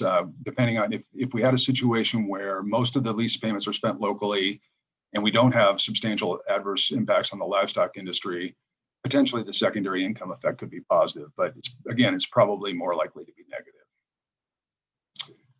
As I said in the beginning, the other thing that we were tasked with in this study was to think about kind of sideboards, if you will, around a program like this, ways to try to maximize benefits or minimize impacts. And one of our conclusions as we worked through this was that these numbers are looked at a regional scale are not huge relative to the size of the agricultural economy, or certainly relative to the size of the overall economy in Western Colorado. But if a program wound up geographically concentrating the participation in a small area, within a county, or even a smaller area than that, you certainly could reach a point where the secondary impacts could be pretty serious and could probably push some businesses beyond the tipping point. So I think the idea of trying to distribute the participation in a program like this widely and kind of thinly within the basins and across the basins is an important one. We also discussed with folks and the stakeholders and others some concerns about a program like this becoming sort of a route to retiring irrigated lands, and no one wants to see that. So I think potentially limiting frequency and duration of participation could be important, especially if the program goes on for a period longer than the 5 years that we've analyzed in the study. And again, as I said earlier, the impacts, I think adverse impacts in dry year conditions are likely to be much greater than in wetter average year. And so having an opportunity for folks to opt out if they're under a multi-year contract under those kinds of conditions could be important. And then the estimates that we developed in the study are all based on full fallowing of participating acres. For a number of reasons, that's the one that we can most reliably quantify in terms of some of the impacts. But we do think that split season fallowing or other types of deficit irrigation might offer the potential for less adverse impacts per acre foot of consumptive use that's saved. So last slide, and then I promise I'll open this up to questions. Some of the questions we've been hearing so far in the presentations we've been making. Folks have asked the question about how the impacts might differ between operations lower in the basins, low elevation with higher yields, and versus high mountain producers with lower yields. And we've given that some thought, and I think the answer there is that the economics would certainly differ per acre. If you're dealing with producers in the high yielding producers low in the basins, you're certainly going to have to pay more per acre, I think, for the participation payments. But on the per acre foot basis, we think that the economics are pretty similar because essentially the higher yield also tends to correlate with greater consumptive use. We've been asked, particularly by the press, since this study has gone public, how much a demand management program might cost. And I think the study provides a start on those numbers in terms of what the payments to the participants might have to be. But we also know that there will likely would have to be payments to ditch companies and certainly administrative costs on top of those participation payments. Who's going to pay for it is the great question that we don't have an answer for at all at this point. And then we get asked whether it'd be a good thing or a bad thing for Western Colorado. And I think that depends a lot on compared to what? Compared to the status quo, I think most folks would prefer that we weren't even having to think about something like demand management. We didn't have to worry about potential curtailments or compact calls. But compared to a curtailment, we do think that a demand management program would be certainly a better alternative because you at least are compensating folks for reducing production and people are getting to opt into a program like this rather than having it foisted upon them. So that's a pretty quick summary, I think. I probably missed some important things, but happy to try to answer questions. Well, thank you, Mr. Jevons. Let's take this back to able to see everybody. Let me stop the screen here. Yeah. There you go. Okay, now I can see everybody. So do we have questions of Mr. Jevons on this? This is quite a comprehensive study, but there are a few concerns I have of it, but other folks. Yes, Ms. Whitmore. Doug, you may have touched on this, but I'm not sure I really understood the answer. So what about the horticultural end of fallowing hay? Do you have problems then the next year because you've got more weeds? Or I mean, did you look at the economics of that? We did, insofar as as I think I've mentioned it just in passing, but in terms of the impacts on grass hay, we did multiple years of reduced production after fallowing because the Water Bank Work Group had sponsored some agronomic studies a few years back where they did side-by-side plots. And what they found was that when irrigation was withheld from grass hay, from the grass hay plot, that you'd lose about 70% of the yield the first year when you didn't irrigate. When you restored irrigation the second year, you would still lose about 50% of the yield that year. And some folks believe that those kind of multiple years of reduced yield following fallowing can go on more than just 2 years. We modeled 2 years in this study because that was consistent with what the agronomic study showed, but certainly it could be that those effects would be more persistent. Okay. Other questions? I have a question. I did some checking on releases from Lake Powell, and my figures are about 2 years old, so they could be a little bit off. But in the month of March, about 2 years ago, 500,000 acre feet was released from Lake Powell in 3 weeks. could we say from that that a 500,000 acre foot account or bubble in Lake Powell would fend off a call on the river for about 3 weeks? Well, Director Acquafresca, I think our prior modeling on the risk study shows that for any significant impact, this pool would have to be 1 to 2 million acre feet.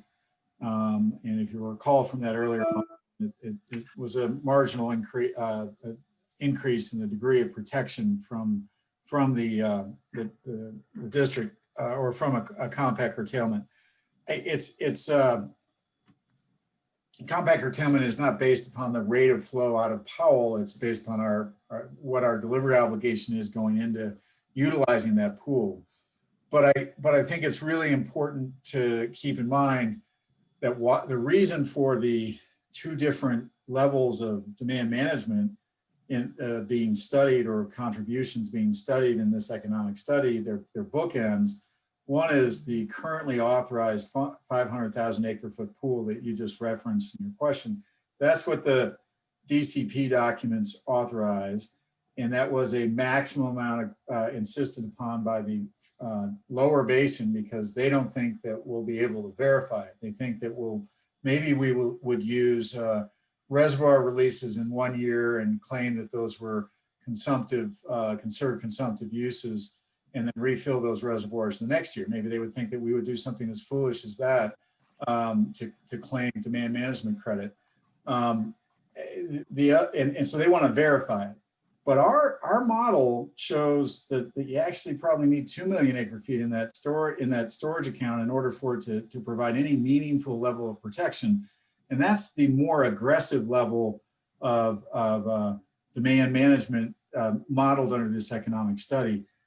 It's not authorized by any federal law. It's not authorized by an agreement by the 7 states. But it is consistent, and that's why that range is there. Both myself and John Currier worked with the Water Bank Work Group to make sure those bookends were present, so that we could, this board and others would have a better understanding of the policy questions at issue here.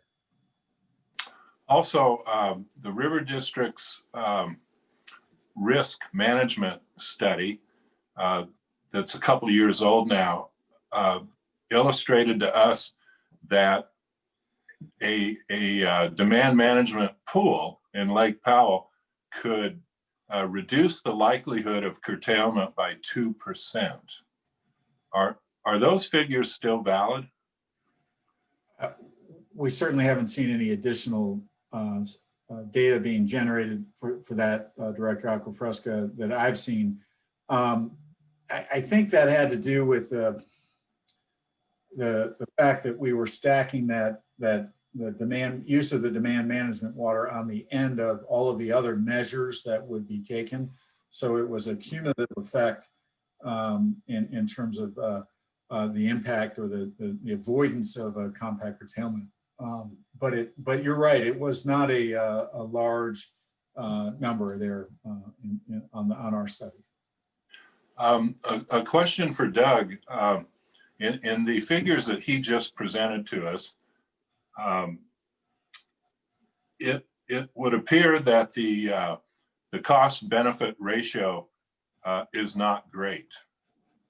How does that change if a significant number of the participants are out-of-state investors, for example, that are sending their profits out of state? Well, good question. I actually think, though, that if a lot of the participants are sort of absentee landowners, the other problem we might see is that most of the payments might be spent elsewhere as well, right? So if they're being paid to not irrigate their farms or have their tenants irrigate the farms, it's probably more likely they're going to spend that money somewhere else other than Western Colorado. So I think the potential positive benefits of the participation payments could be greatly reduced if a lot of the participants are absentee landowners. Will there be any attempt to work with those calculations to try to make this study a little more relevant. What do you mean in terms of the absentee landowner issue in particular? Yes. We did look at that, and there are some figures presented in the study. Actually, it's a kind of a surprisingly small percentage of both the number of farms and the number of irrigated acres in Western Colorado that are owned by absentee landowners. By and large, the large majority are family-owned operations, and so we do discuss in the report that if you wound up getting a lot of absentee landowners participating, the economics could be even less favorable than what the report shows. But I do think it's likely that the majority of the participants would probably be local producers, family-owned producers. Until those family-owned farms are converted to absentee ownership. Potentially. Well, again, that's, I think that's that issue about trying to limit participation, the frequency and duration of participation, so this doesn't, become an off-ramp for folks to exit the industry, hopefully. Right. So it's only temporary buy and dry as opposed to permanent. Well, that's right. Right. Okay, Mr. Gray, you had a question? Yes. Yeah, I just had a question for you, Doug, and I just wondered if you'd taken into account on scenario 2, the 2 million acre foot pool, that it would take considerably more than 100,000 acre feet of annual conserved consumptive use to ever get there, because we can just do the math on the back of an envelope or in our heads that on the year that you're at 2 million acre feet at a 5% evaporation rate from Lake Powell, which is kind of the accepted norm, it takes 100,000 acre feet just to hold it at 2 million acre. So when you're at 19 million acre feet and you're trying to get to 20 and you put in 100,000, you only gain 5,000 acre feet that year. So to ever get to 2 million, did you take into account you can't get to 2 million in a practical time frame without putting considerably more in? That's a great observation, and you're right. The scenarios weren't that, that strictly tied to 2 million or to the 500,000 acre feet. We thought it was easier to work with the round figures that we used in the scenarios. And you're right, though. I think given evaporative losses and conveyance losses and so forth, you would probably need an even bigger pool than the aggressive scenario envisions to get to the full 2 million. You're right about that. And this is John Courier, and I would say going back to when we were initially scoping what the sideboards would be, the assumption is if you implemented this kind of demand management on the western slope, there would be a commensurate amount of contribution from the Trans Mountain diverters, and then there would be a commensurate amount from the other upper division states. So if you're contributing 100,000 from the western slope, the assumption is that that's a total contribution of not just 100,000, but 400,000 acre feet a year towards a pool. Right. That's a great point, John. Fair point. Thank you. Other questions? I have one. Yes, Mark. Well, I just wanted to talk to you a little bit about the assumption that the majority of these properties are owner occupied and owner farmed or ranched. Here in Montrose and in the Uncompahgre Valley, we have a lot of non-farm occupied, in other words, non-farmers, people that have inherited from their parents or those kind of properties. They're not necessarily the investment organization like what is happening in Grand Junction. But one of the things I think we ought to talk about pretty quickly is that there are a lot of farms that are farming on leased land today. Mm-hmm. And if this program, we're paying $100 an acre rent to that non-occupying owner who's living in California. When we offer him $100 an acre for that place, and you're offering him $470 an acre for that place, pretty soon they're going to take the $470. Now you're going to lose even more production because that guy can't continue to operate when we keep skinnying him back as to the number of available acres. We need to figure some way to say what kind of loss that would produce in this local economy, because I'm telling you, landlords are after money, and they're not just going to stand by a grower and say, well, I'll lose 370 acres this dollars an acre this year with you, but it's not going to last for a long time, because they still get to own that place. But the guy that's farming it is probably going to go out of business farming it because there's less ground to lease then. We need to think about that. Yeah, yeah, no, I think that's a good observation too. And, we tried to capture some of that in looking at the impacts on the livestock industry and how this might work out. But I think, I do think that the absentee landlord issue is a critical one and a tricky one. And I don't know the best way to try to mitigate that.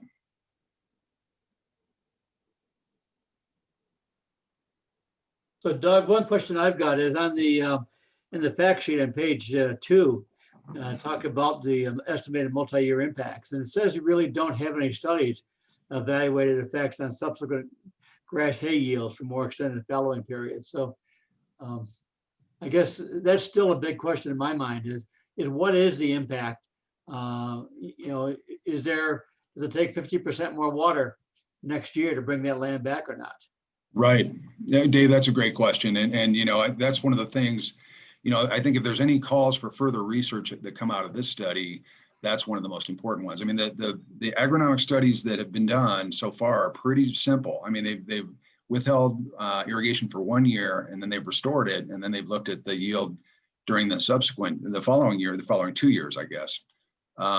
We have the same question. If you withhold irrigation for multiple years on grass hay, what's that recovery period look like? And I think, at this point, there really hasn't been enough study. I think that's an area that needs more attention. Did those studies look at what water it takes to come back that second year? Or did they just put the same amount of water on? In the agronomic study that the Water Bank Work Group commissioned a few years ago, they put the same amount of water on in the recovery year. But that's another question. If you wind up having to put more water on to recover, then obviously your yield from the program is going to be a lot less. Well, I guess the question is, what is putting the same amount of water on? If you've got many of these irrigated fields, if they're flood irrigated or heavily irrigated, they Right. have maybe they'll put 5 feet of water on for 2.5 acre feet of consumptive use, and if they still put that same amount of water on, what is the return flow? What is that? Do they look at the CU change and look at return flow change? Well, I think that's a good question. I think that the yield is typically pretty much correlated to the consumptive use. So if the yield is less in the years after you restore irrigation, consumptive use is probably continues to be somewhat less as well. But what I'm thinking is that the return flow is less. And the return flows would be greater. Yeah. Yeah. So we're not measuring that. Are they measuring return flows? They're just looking at yield. Mm-hmm. Mm-hmm. Okay. Thank you. Sure. Other questions? Mr. Trampy. Trampy's here. Is our expert agronomist. I guess having had some experience with fallowing, I'd like to get some idea of how you considered payments versus expenses. I can tell you from my own personal experience of fallowing some of those initial little pieces that the Water Bank group wanted done. We fallowed 2 years, and that was in 2013 and 14. And those acreages still have not recovered. I will grant to you that it was somewhat, I wouldn't call it marginal ground, but it was ground that was high area, didn't receive much moisture from underground, fairly rocky under a 6-8 inch soil. But some of the issues that we've had is over those 2 years, the ditches deteriorate. So you've got the expense of getting the ditches back in place. we've got weed problems that we've been unable to solve. And the production is very poor. I mean, it's ground that was 1.5 to 2 tons to the acre when we started. And to this point in time, it's still under an acre per ton. 1 ton per acre, excuse me. So I just was wondering, all those expenses that I've had to incur trying to bring that land back versus me being paid so much, could you consider that any at all? Well, we did include estimates of what the sort of direct fallowing management cost might be, which I think would cover a lot of the expenses that you're talking about. And, you know, I don't know how those expenses correlate to what you've actually spent. We part of what we used for those numbers were the survey responses from the System Conservation Pilot Program.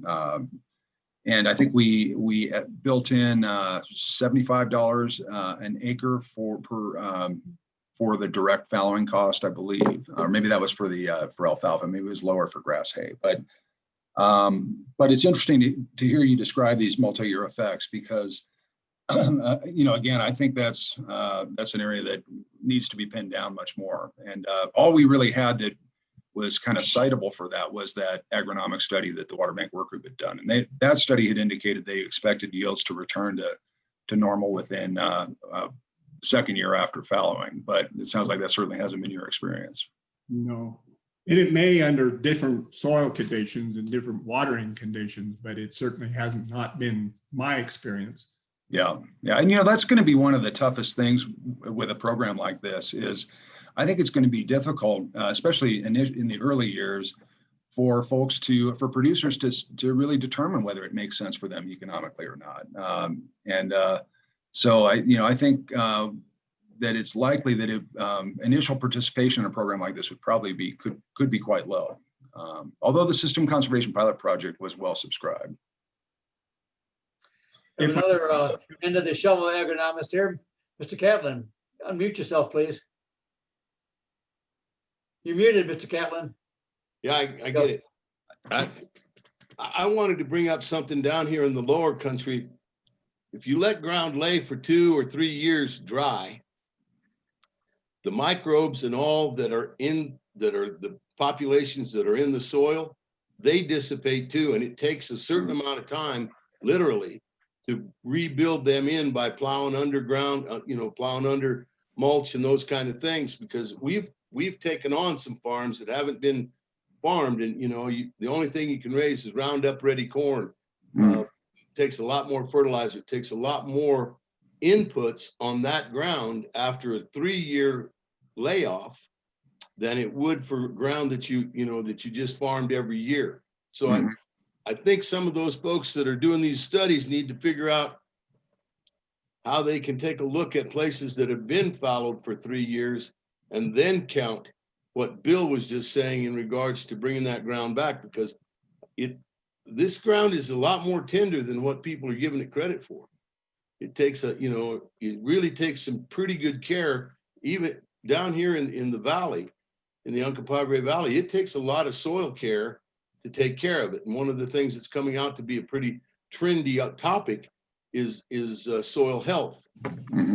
We may end up having, if we're going to do this, you may have to figure in costs of fallowing in place and putting on some sort of ground covers or those kind of crops that you can help keep things alive down in the growth area, so that the guy that fallowed it doesn't have that massive expense of going back in and trying to recharge that piece of ground and get it back into production quickly. Some of those kind of things are not being talked about, and I think we got to worry about the guy that's not at this meeting. He's trying to make a living out there. So, let's think about those things. Thank you. Yeah, no, I think that's a good observation. I will say, I think the River District is engaged in some continuing outreach and with producers that's going on at this point in time. And so I think they're going to continue to get more and more information to inform these kinds of questions. Anything else? Dave? Yes. Trampy again. Couple of simple questions. On the full season irrigation was that considered full season for a crop, or was it full season for a particular area? In other words, lots of our irrigated country is irrigated by small streams, and as the season goes by, you're shorted just naturally, and so that's the water you've got, but it's not enough for the crops. I just wondered if you were responsible for trying to work any of that into the economic study. Yes, so it was based on historical average use. So it would not necessarily have been a full supply if you're in an area that traditionally was short. Okay, all right.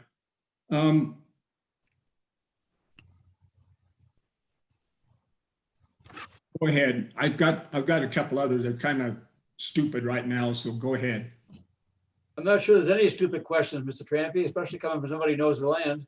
Well, if I were to fallow a certain area, does that mean I just do not get any production at all? I can't graze it or anything like that?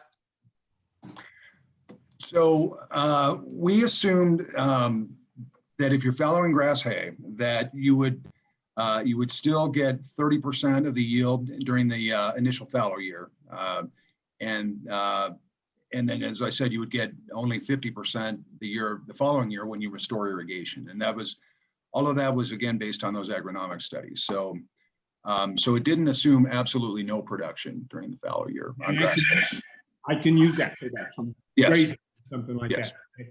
Then the other question is, and I certainly appreciate the mention of the wildlife issue. What if the wildlife gets it before I get it?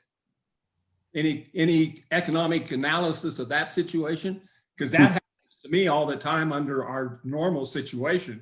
So if I fallowed a whole bunch of hay ground out here and it get hayed when it normally gets hayed, and 100 head of elk or 200 head of elk move in before my cows are here, what's the economic repercussions of that?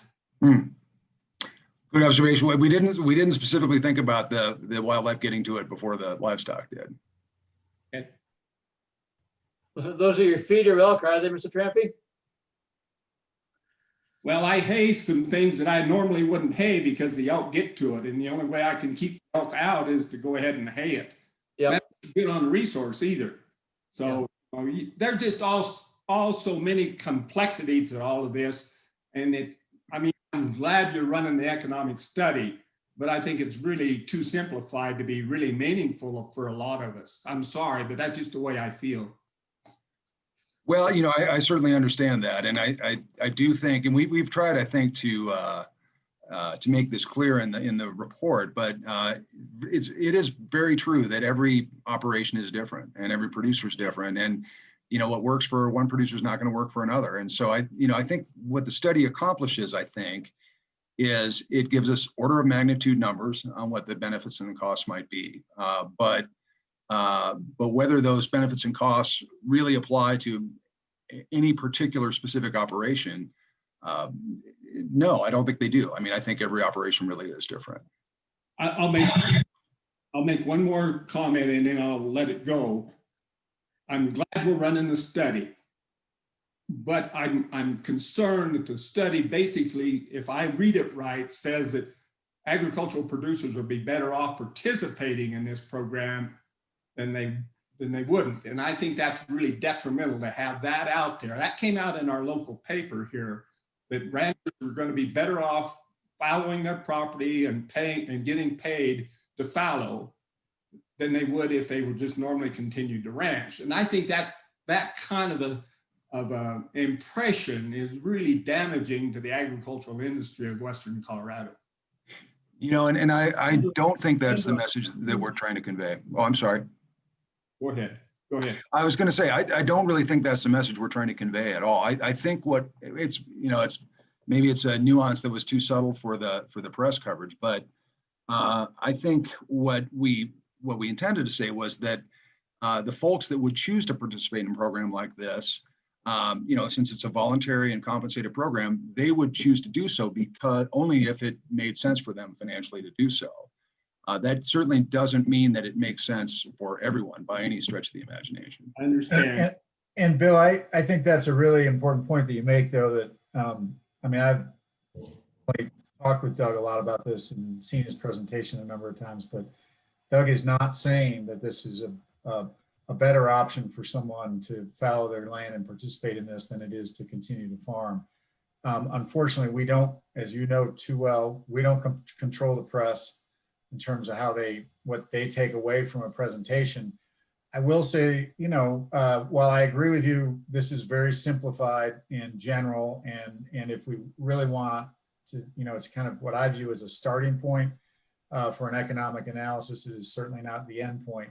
And while we view it as very general, it's so frankly complex for a newspaper reporter who doesn't work in the water or agricultural field to then try to simplify into a USA Today style writing that is something that would be comprehensible by your average newspaper reader. So I think we can try to work, and maybe Mike can work with our EA team to get some better press releases out on this study, but certainly none of our press releases on this suggested that was the conclusion of the report. So,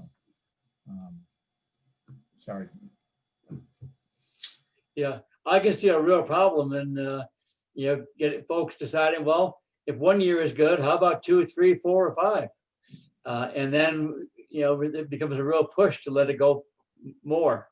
And then you have all sorts of pile-on impacts. And, you know, we're not even considering the impacts to the essentially incidental wetlands that surrounding all our farmlands. That as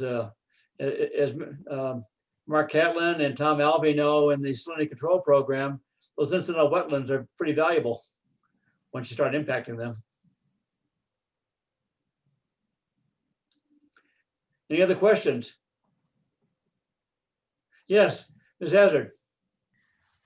Well, the longer that you have water off of your fields, I mean, there's some springs on my field, and if the neighbor's not sub-irrigating, I see a difference in my spring. So if he, you know, if he decides to fallow on the same year I decide to fallow, that what happens to that spring? And I don't know if that's been considered or not in your study. Yeah, you know, the impacts to return flows were in the broad sense, not just, you know, irrigation return flows, impacts to return flows that are relied on for augmentation downstream and so forth. That was an issue that probably came up more than any other in our work with our stakeholder groups. And frankly, I think that's one of the knottiest problems in thinking about a demand management program is how to avoid those problems. Because if you can't avoid those, you know, if there are sort of return flow impacts on other folks, then potentially the economic impacts could be considerably worse than what the report indicates. Thank you. Yeah. All of Silton Mesa's domestic water is supplied by the irrigation return flows. Yeah, I'm trying to remember exactly the circumstances where that came up, and I'm even which basin it was, but yeah, it was a case where, you know, augmentation wells are basically being supported by those return flows. Doug, I do have a question, or more of a comment maybe. Up here in Grand County, we can almost count the number of what I would consider family ranchers on 2 hands. And when you're looking at participation from these individuals, I think you're going to see less of it, or maybe not even that opportunity. It would come back to us. Do we have hay sitting on our bank, leftovers and stuff for us to even consider that program? The absentee landowner is going to sit there with the guy that's leasing something. It doesn't matter at that point in time because he has nothing vested. If there's more return for him to shut that program or to shut that lease down, it's not an issue. When you're talking about an 8% reduction possibly in cattle numbers, that's also an income there that helps keep us going at that point in time. Is that return back on that money that's coming for that acre feet? Probably not enough. The other thing is too, with this program that they're doing up here this summer in Grand County, they're getting closer to 2.5 acre-feet per acre of consumptive use is what they're seeing. And I think there's going to have to be some evaluation done back on that they're finding that, you know, that these high country's using a lot more. I think Reby brought up a very valid point in this on these return flows and stuff. If one of our neighbors decides to shut down, it does make a difference on our springs and what's being returned, and that makes a huge difference to us. Yeah, I mean, again, I think that return flow issue, that sort of idea of no injury to other water users is really critical. And I think it's going to be extremely difficult to organize and manage a program if that issue can't be solved. And the impacts could, like I said, could be far worse, I think. Thank you. Well, any more questions? One last time. Okay, well, thank you, Mr. Jevons. You know, My pleasure. Thank you. We'll be watching this very closely, and there's a lot of folks that have concerns with this, and we'll keep our eye on it. So thank you. Sounds good. Thank you very much. Mike, thank you for what you're doing on this. Thank you, guys. Take care. Okay, Mr. Mueller. Thank you, Mr. President. I do want to just thank the board for your very insightful questions and comments on that. I want to assure you that staff is listening, and you know, we're trying to figure out the future of the water bank work group. We had agreed, just so you're aware of it, the water bank work group to have this project be the final project unless all partners agreed to move forward. You know, I think there are lots of unanswered questions. The question for us, and I think one of our directors, maybe Director Aquafresca, pointed out, is, are we the right body to be spending the district's resources on digging deeper into this issue? I think some of it, yes. I mean, I honestly think that the data is skewed with respect to the owner-operator numbers that the BBC was able to find and on federally approved official reports. Certainly, my experience as an attorney representing the agricultural community on the West Slope, there are an awful lot more lessees than what he's finding in the published data. And I think, you know, digging into that, certainly looking at the trends in the Grand Valley and elsewhere. I know, you know, Mike, you talk about the high country and the leasing that goes on up there. There are lots of questions I have about it. And I also would say, you know, we've got these very large, very wealthy landowners who own a lot of the high country, who are price insensitive. And so their desire to participate in something like this may be extremely low. They're a little bit like the wealthy homeowner in the city of Aspen or in the domestic service area of the Eagle River Water and Sanitation District, where they can jack the prices up on water consumption all they want, and it doesn't reduce the consumptive use of the water in those suburbs or in those fancy homes, because, you know, $1,000 water bill, they don't even see it. Their accountant on Fifth Avenue pays the bill, and the owner never sees it. You look at it here, and there are an awful lot of our hobby ranchers who own, I call them hobby ranchers, but they own really large swaths of our high country. They come from well-moneyed families, and they are unlikely to want to make their ranch less visually appealing by not having irrigation water applied to it. So I think there are lots of questions out there, and I want you to know we're thinking about how we move forward on these efforts. So if any of you have thoughts, you could either say them now or give me a call later. I'm happy to chat with you about it, but I'd love to understand where this board thinks we ought to go, in addition to the questions and comments you've already made, because I certainly took note of those, but other questions about that might be interesting to hear. So. I think in some ways it's trying to pull a piece of string out of a big ball. Everything's tangled up in it. Yeah, that's true. So since we're on the subject of economics, we're going to turn to our 2020 revised amended budget in our 2021 proposed budget. Ian and Audrey are going to do the primary and presentation, perhaps Lucy a little bit as well with Ian's help. Before I turn it over to them, I just want to kind of put this in context if I can for the board, and I think many of you understand, but I want to make sure we're clear not only for the board, but for members of the public.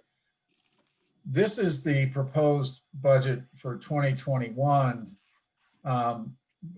with our existing mill levy. If 7A were to pass, when it passes on November 3rd, there will be a very different budget that will need to be put together and presented to this board at the budget hearing in December. And so it is, you know, one of our futures that you're looking at, one of our potential futures. Whether it's the likely future or not, I don't know that I'm the one to say, but want to keep that in mind and in context. I do want to stress that 2022, the projected numbers don't take into account the state's current Gallagher Amendment reduction in the residential assessment ratio. So that 2021 is an adjustment year. The state's latest number that they published is that they expect that RAR to drop from 7.15 to 5.88. Our numbers on that is that's a $425,000 to $450,000 hit to our general fund. That's not reflected in this proposed 2022 budget. Frankly, it's too far out to be calculating that kind of hit. But I want you to know that is impacting, because that cuts out there, that's impacting our hiring plans, our replacement on some of our retiring employees, even in 2021, because if I certainly don't want to, even though we may be able to afford that position in 2021, I don't want to hire someone in 2021 only to eliminate the position in 2022. So it's wrapped into that 2021 proposed budget that we're going to have at least one less full-time equivalent going forward in 2022. It's likely, frankly, that as we've all talked about, that Gallagher hit actually will result in additional employees or full-time positions being eliminated. Hopefully, no one being actively laid off, but taking advantage, and I say that in a warped sense, taking advantage of a retirement to eliminate a position rather than eliminating creating an adverse employment consequence for an employee. So I just lay that out there because I want you to be thinking about that as Ian's presenting these issues, and Ian can get much more into the details, but those are the big issues, if you will, and want you to think about it as we talk about it. I know that, I guess I just want to very clearly say if 7A doesn't pass, there will be direct and immediate consequences to the budget of the Colorado River District, to the number of staff members we have employed. And it's a very real, tangible issue that we're dealing with. So, I know you know that. I want to make sure that the public and anybody else listening is aware of it. Certainly, certain boards of county commissions have been informed that that's not actually a likely, that there's no likely negative consequence to the River District if 7A doesn't pass. And I just want to be really clear on the record that that is an untrue statement. So, I have one question now. 7A, when 7A passes, there will not be a direct impact to the 2021 budget, correct? Because we pay our taxes in arrears. No, this is a tax increase that is imposed, that the revenue will come in 2021. It is a tax increase that is immediately effective for the year 2020. Your certification of mill levy for the 2021 revenue is so the first year we're collecting taxes actually on the 2020 tax year. Okay, so this would apply to the 2020 tax year then, okay? Yes. Just wanted to clarify that, yeah. Right. Okay. Yeah. All right, with that, Ian, I'd like to turn it over to you. Thank you for humoring me. And Ian, as usual, correct any broad, ridiculous generalizations that I've made that are inaccurate. So feel free and don't feel bad when you correct me. So. Same can go for you, Andy. Feel free to correct me. Thank you, and good afternoon, directors. We're gonna kind of split this up a little bit. I'm gonna cover majority of it, but Audrey's gonna chime in when we get to some payroll and benefit stuff. And Lucy, if you want to chime in, if I miss something or say something incorrect, please do. Thanks again for your help with the budget. I'm going to share my screen to show basically the PDF that was emailed out on Friday to all of you.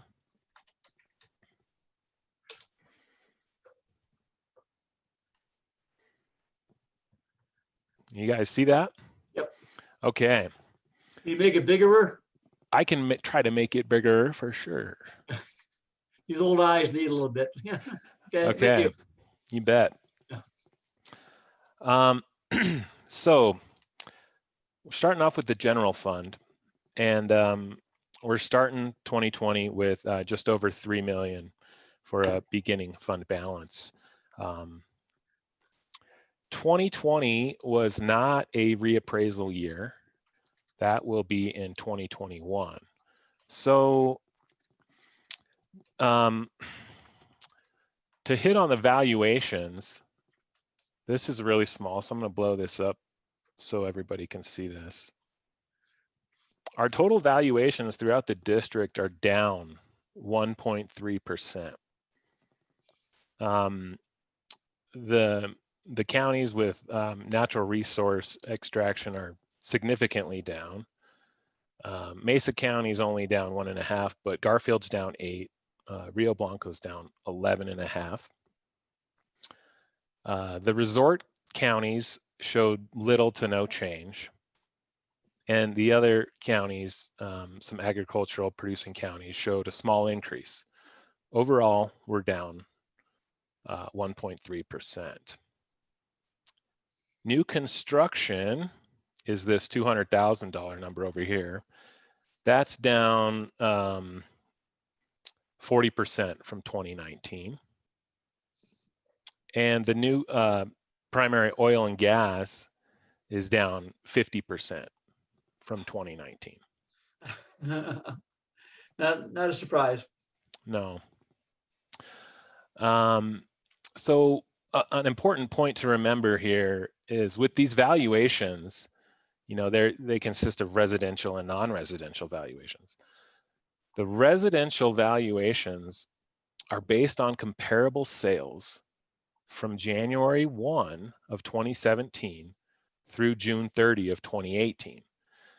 That's the period they use for the 2019 and the 2020 valuations. So the next reappraisal year is, well, it just finished. It was from January 1, 2019 through June 30, 2020. So what we heard with directors' concerns about everybody moving into the western slope of Colorado, that's not going to be reflected for a few years out from now. That'll be reflected in the 2023 valuations, which translates into 2024 revenue. So just want to make that distinction that's coming, that's on the horizon out there. I'm going to shrink this down for a minute and go to the actual valuations. Actually, I'm going to skip over this and head right to the DLG 53 so we can get into that. So there's two parts to the DLG 53, the 5.5% increase and the Tabor increase. We worked through this worksheet. We use the assessed valuations for the 5.5% calculation, and we use the actual valuations for the Tabor calculation. Now, the Tabor calculation takes into account two factors. That first factor is inflation. And the most recent inflation number for September for the Denver, Aurora, Lakewood area is 2.5%. So why we're on the Tabor, the 2.5% inflation, The other portion of that is the local growth. This year, the local growth percent was 1.43. So we have a total Tabor percentage of just under 4% for growth. That resulted in a mill levy of 0.246. The 5.5% calculation resulted in a mill levy of 0.253, which is over our own mill. So we have to take the most restrictive one every year. So once again, we're limited to Tabor. Tabor's limiting us. And it's restricting us by about $111,000. And you can actually see that number on the levy sheet right here. It's the difference between our temporarily reduced mill of 0.246 and our mill of 0.252. The difference there results in 111,000. Am I going too fast for anybody? Does anybody have any questions on that? Okay. It would be nice if you could make it bigger. I'm sorry. Okay. So Andy touched on Gallagher briefly. Hopefully, Amendment B will go through and solve all of our Gallagher problems. However, our issues don't seem to be going away anytime soon. So I'm going to shrink it down for a minute, Kathy, and show you a chart real quick that is really fun. Shows the inverse relationship between the district valuations and our mill levy. So you can see out here on the end of this graph, this little drop in our valuations resulted in an increase to our mill. So our Tabor mill resulted in a 0.246 mill, but then we're allowed to recoup the abatements that we would have received. And that this year, that resulted in an additional 0.002 mils. So our effective mill for 2021 is 0.248. So that's the tax revenue. There's not any questions about that. We'll jump into the other revenue in the general fund.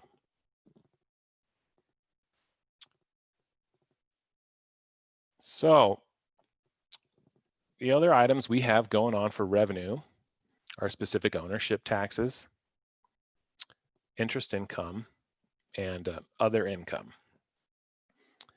You might notice that the other income is grown significantly, and that's the result of a cost share that we're running through the general fund with Southwest for the Hydros Colorado River Basin modeling investigations.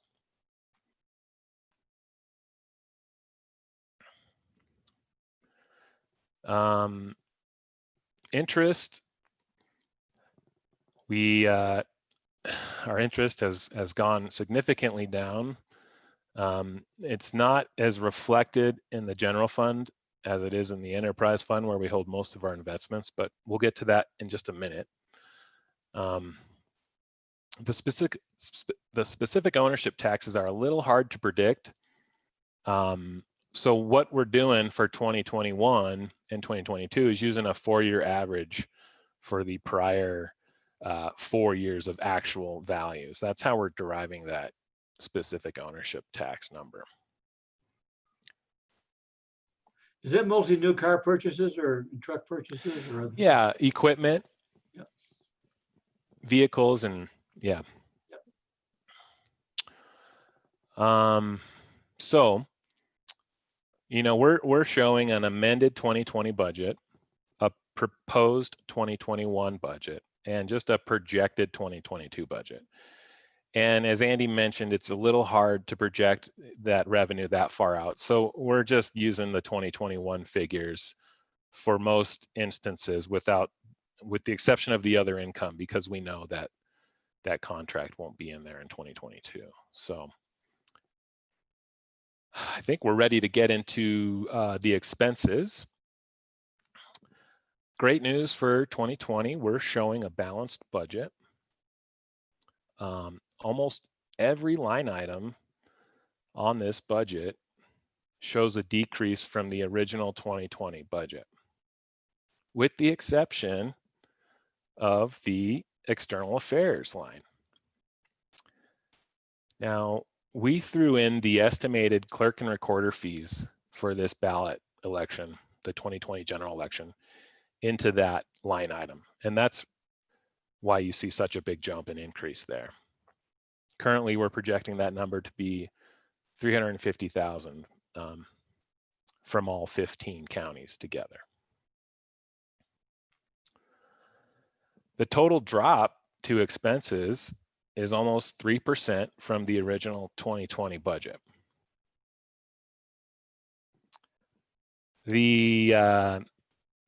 I'm just going to hit on a few of the highlights here for 2020. The technical support line item includes $25,000 for the contribution to the water bank work group. It contains some USGS funding, and that's a net cost of $322,000. And currently, we're not showing any transfer into the capital fund for 2020. For 2021, again, we're presenting a balanced budget. Just about every line item shows an increase from the 2020 amended figures, except for staff salaries and external affairs. And we still result in an overall decrease in 2021 from 2020 amended of almost 5%. So we're continuing to trim costs and expenses. And we're not showing any transfer to the capital fund in 2021 either. Another highlight for 2022 in directors and officers, we're budgeting for a possible lower basin tour. And with that, I would like to invite Audrey in on here so she can discuss some salary and overhead. Okay, thanks, Ian. Yeah. I don't know if you want to stop sharing, or we can, whatever is easiest for the directors, if you'd rather see more or see these numbers. But so as both Andy and Ian spoke to, the salary expense in total is budgeted to be down 6% in 2021. And that's reflective of our staff planning. While we have 3 employees who have announced and will be retiring over the next several months, we have brought Brendan on board, but we are anticipating only bringing 1 other employee on with those 2 other retirements. And we're doing some evaluation internally to see what, how we can maximize that 1 position, to figure out what our needs are and where we can shift other responsibilities to the employees. And so just, real quickly, as a reminder, over the last several years, we went from 26 employees down to 22, looking at 21 for the 2021 payroll year. So we're continuing to try to increase our efforts with fewer staff. We are recommending to budget a 1.5% increase to salaries. Not the overall salary budget, but the pool that we allocate to employees based on their performance. And we have gotten that number from Employers Council survey data, which is consistent with our practice, at least since I've been here, so for a long time. And just a quick note, they collect that survey data both in March, and then they collect it again in September. And in March, the anticipated salary increase that employers were budgeting was 2.9%, and that has decreased down to 1.5.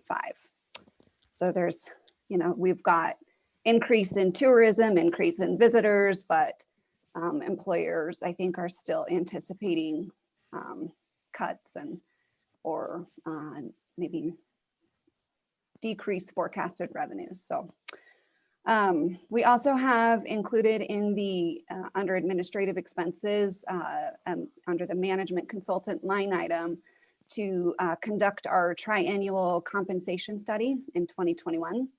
It's hard to believe that it was just 3 years ago already when we did our last salary survey study. So hopefully the board continues to support that effort to make sure that we are maintaining competitive salary ranges consistent with the board's policy. Moving on to health insurance and other benefits.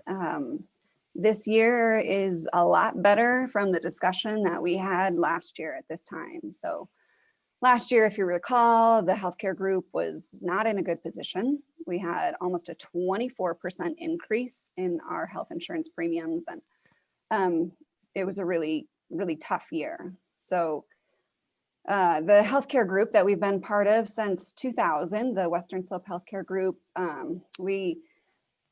after last year, we were really trying to figure out what the future of the group looked like. So we spent the better part of 2020 really evaluating our options. And we have decided to dissolve the Western Slope Healthcare Group, but we are actually joining another group that was actually created and formed and modeled after our group. It's called the Public Sector Healthcare Group. It's primarily based on the Front Range. And so we kind of get the advantage of lower cost care to, a larger pool for the risk.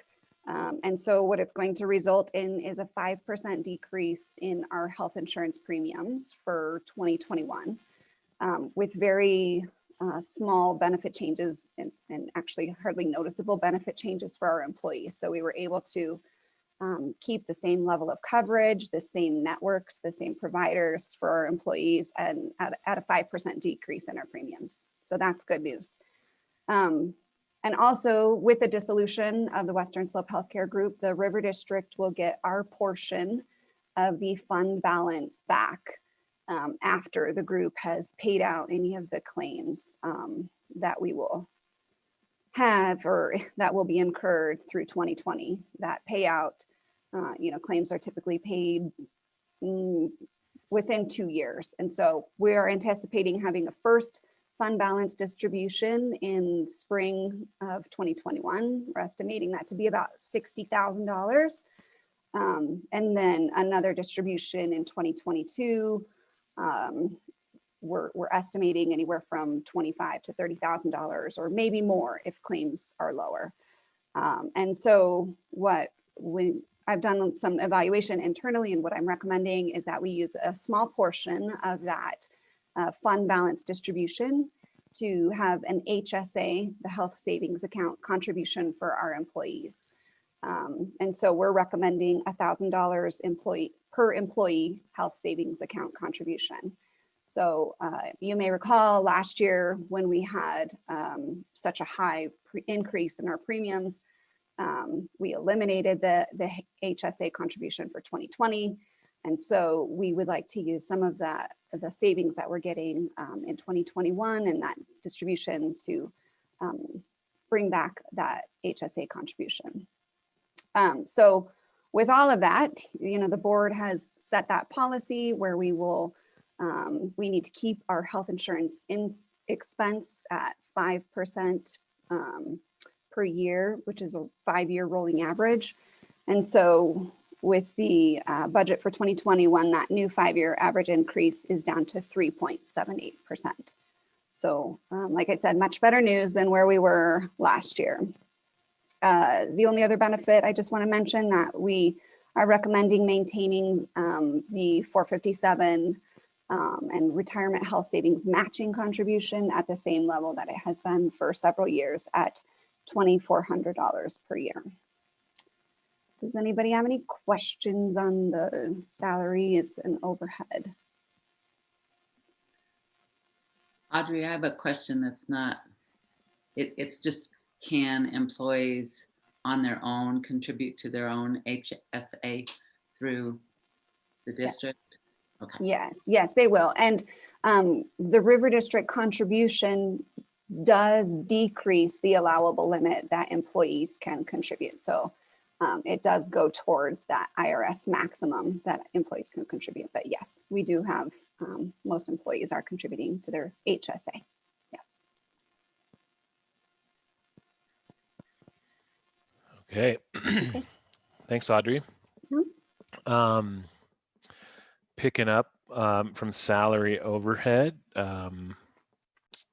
Audrey mentioned that in admin expenses in 2021, there's a budget for a salary survey, a triannual.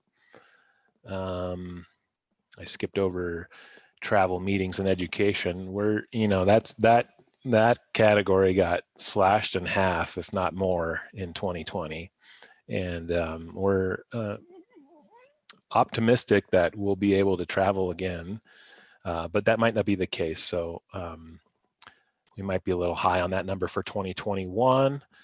Going down to legal, special counsel.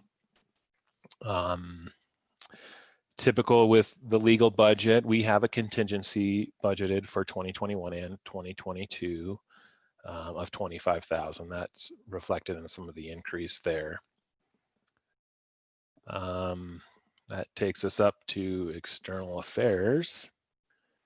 Andy, did you want to jump in here and talk about external affairs? I think we can address that. I do, you know, Ian mentioned that since I became direct manager of the External Affairs Department, we now have a $500,000 budget in the External Affairs. 330 of that is the clerk and recorder fees. And I do want people to recognize that it costs a tremendous amount of money in just governmental fees to run an election in 15 counties. And, you know, again, there have been statements made to Board of County Commissioners within the district that, oh, if you know, it's no big deal if this question doesn't pass because you can just do it again next year. That's a huge hit. And I will tell you that that's part of why we've been putting cash reserves and carryover away, because, well, frankly, we need to be conservative about this, and we may actually have to run an election next year. Let's hope not, but I just want people to be aware of that number out there. It's a large number. You know, other than that, I think our external affairs team, I will just say, you know, they're coming up here on the agenda. They'll present. I think Director Catlin mentioned it's not just them, it's the entire staff are hitting it out of the park these days, and I'm really impressed with the efforts. You know, our budget there, you know, we're anticipating a budget in the $180,000 range for 2021. For 2020, you know, again, a majority of that is our clerk and recorder's fees. But I think, you know, the outreach has luckily digital outreach is cheaper than our traditional print and in-person media. So I feel like we've really maximized the district dollars on this. But other than that, Ian, I don't have anything to add. Thank you.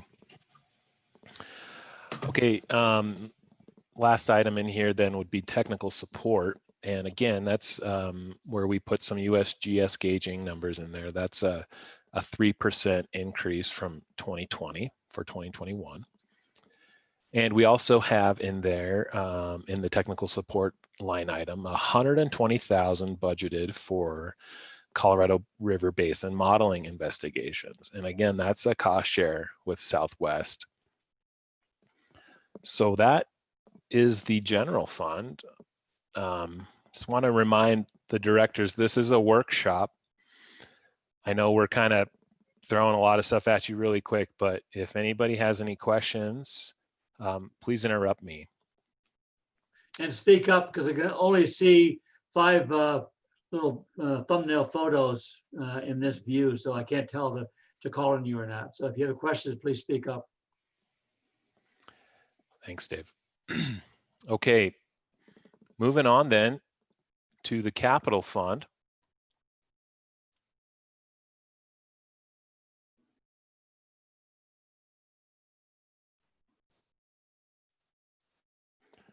Okay, oops.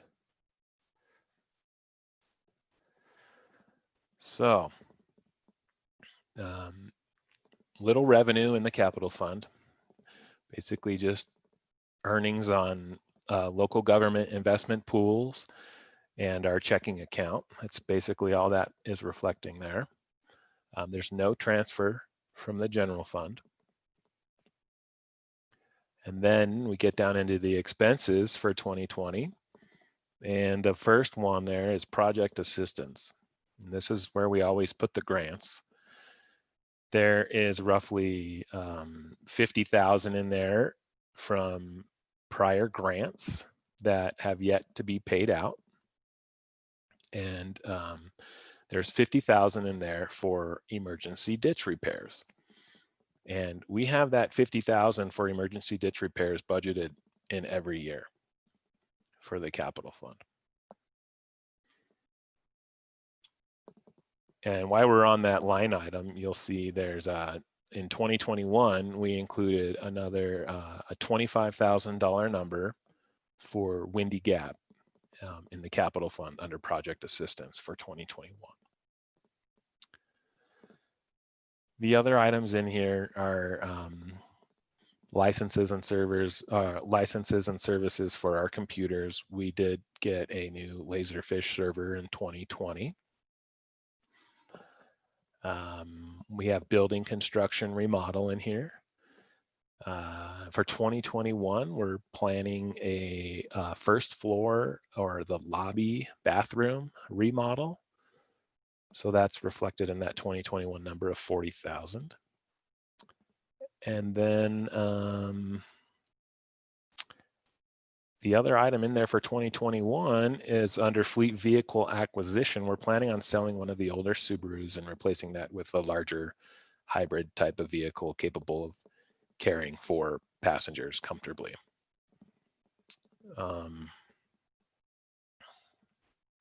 Other than that, it's just budgeting for replacing workstations and monitors and whatnot for employees.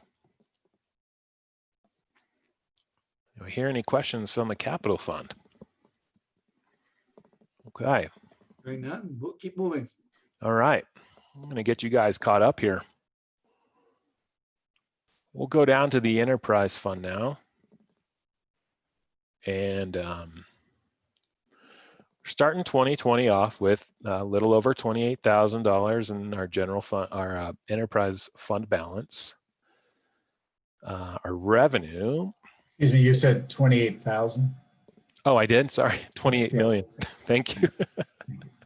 Just want to be clear about that. Oh yeah, I need to be clear on that one. So interest income. We've had over $9 million of investments get called or that reached maturity in 2020.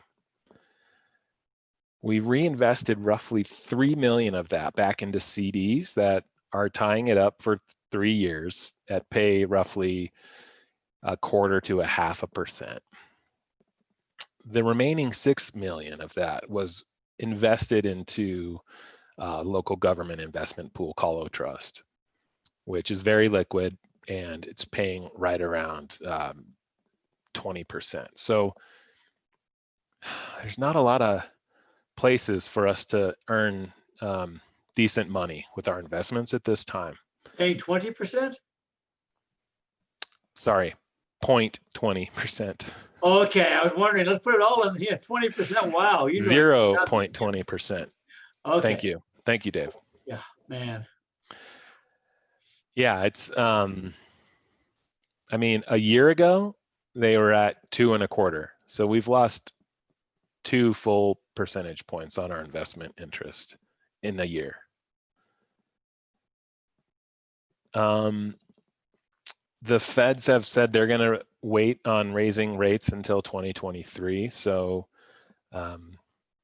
we might be changing those numbers at this time next year for 2021 amended budgets. Okay. Let's see, rent and miscellaneous income. So as you know, we, a couple years ago, quite a few years ago now, we purchased some office space on the first floor of our building, and that provided the new conference room for you all that we are no longer using, as well as some other office space.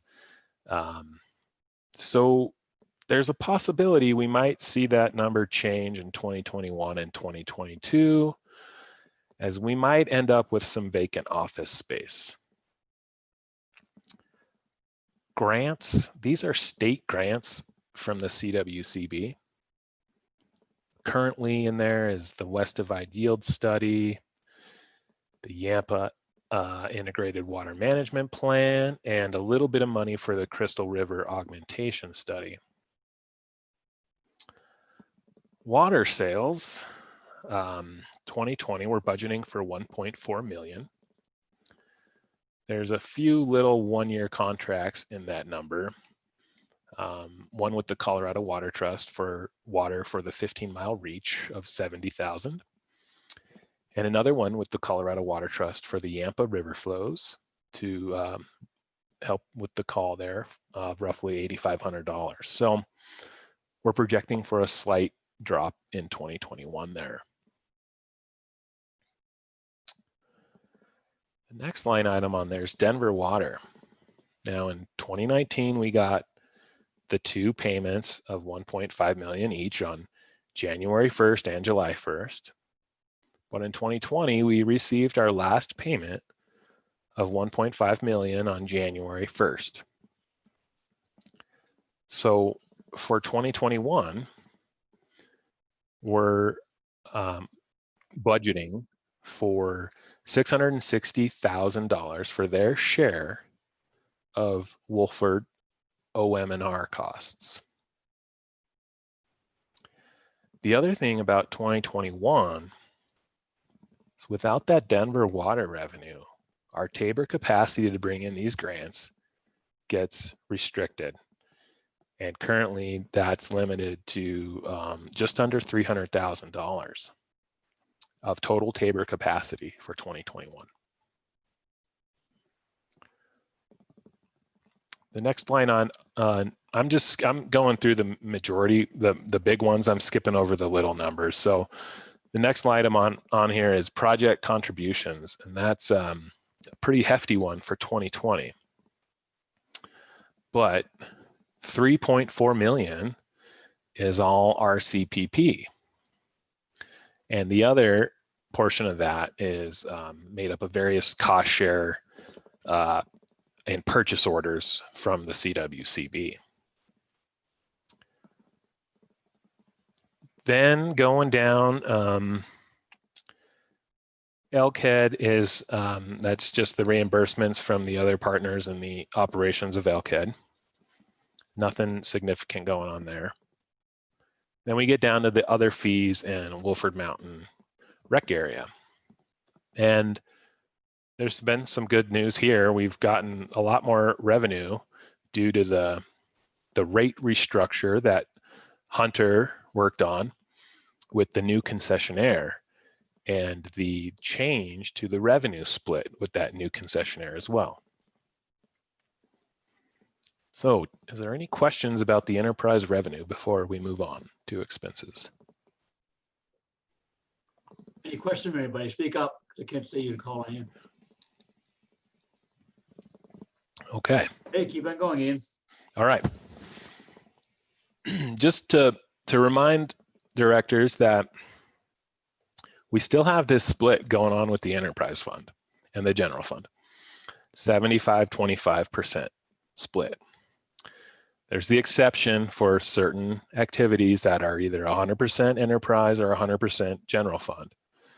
So there's not really much sense in talking through a lot of these categories again that we covered in the general fund. So with that, I want to just go right to Wolford. Reservoir operations, the 2020 amended budget is down. And that's mostly due to the result of reduction in the contingency spending.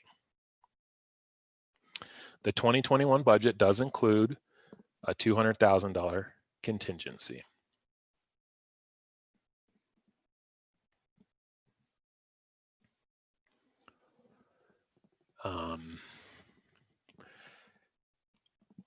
Do we want to get into any details with Wolford?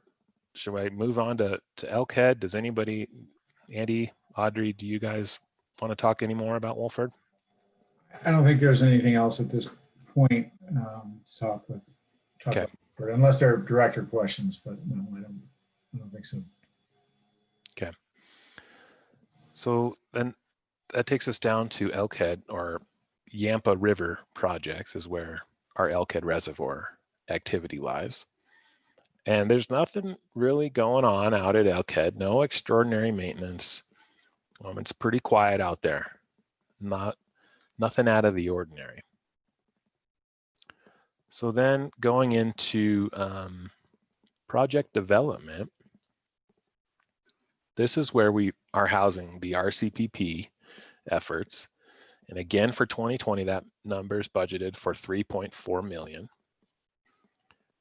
The other items in there are what we call cooperative management, or where we have cost shares with various entities for studies. And then the technical study is also in there for the risk management. And that number is $50,000 for 2020. The other items under cooperative management for 2020 include the Water Bank Work Group, the USGS Flushing Study, the Yampa Integrated Water Management Plan, West Divide Yield Study, and the ERO Supplemental Watershed Plan. Those numbers equate together to about $300,000. So between RCPP, cooperative management, and the risk study, we have a budget in there of $3.75 million for 2020. Now in 2021, that number is dropped significantly due to RCPP. RCPP budget for 2021 is just over $1 million. That agreement ends, I believe, the end of September in 2021. And the other activity in there is, again, the cooperative management. Once again, we have $100,000 for the Yampa Integrated Water Management Plan and $40,000 for the West Divide Yield Study. And the number for the technical study risk management in 2021 is budgeted for $75,000. So that takes us to the end. I feel like we moved through that way too fast, but maybe at this point But you've heard it enough. Very clearly, Ian. I really appreciate the ability to go through, the complex budget and, present it very succinctly. Doing a good job. Thank you. Thank you.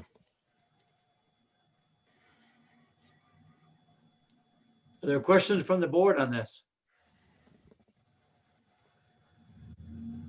Again, I can't call on you yet because we have the. Here, let me stop sharing so we can see. Okay, thank you. You bet.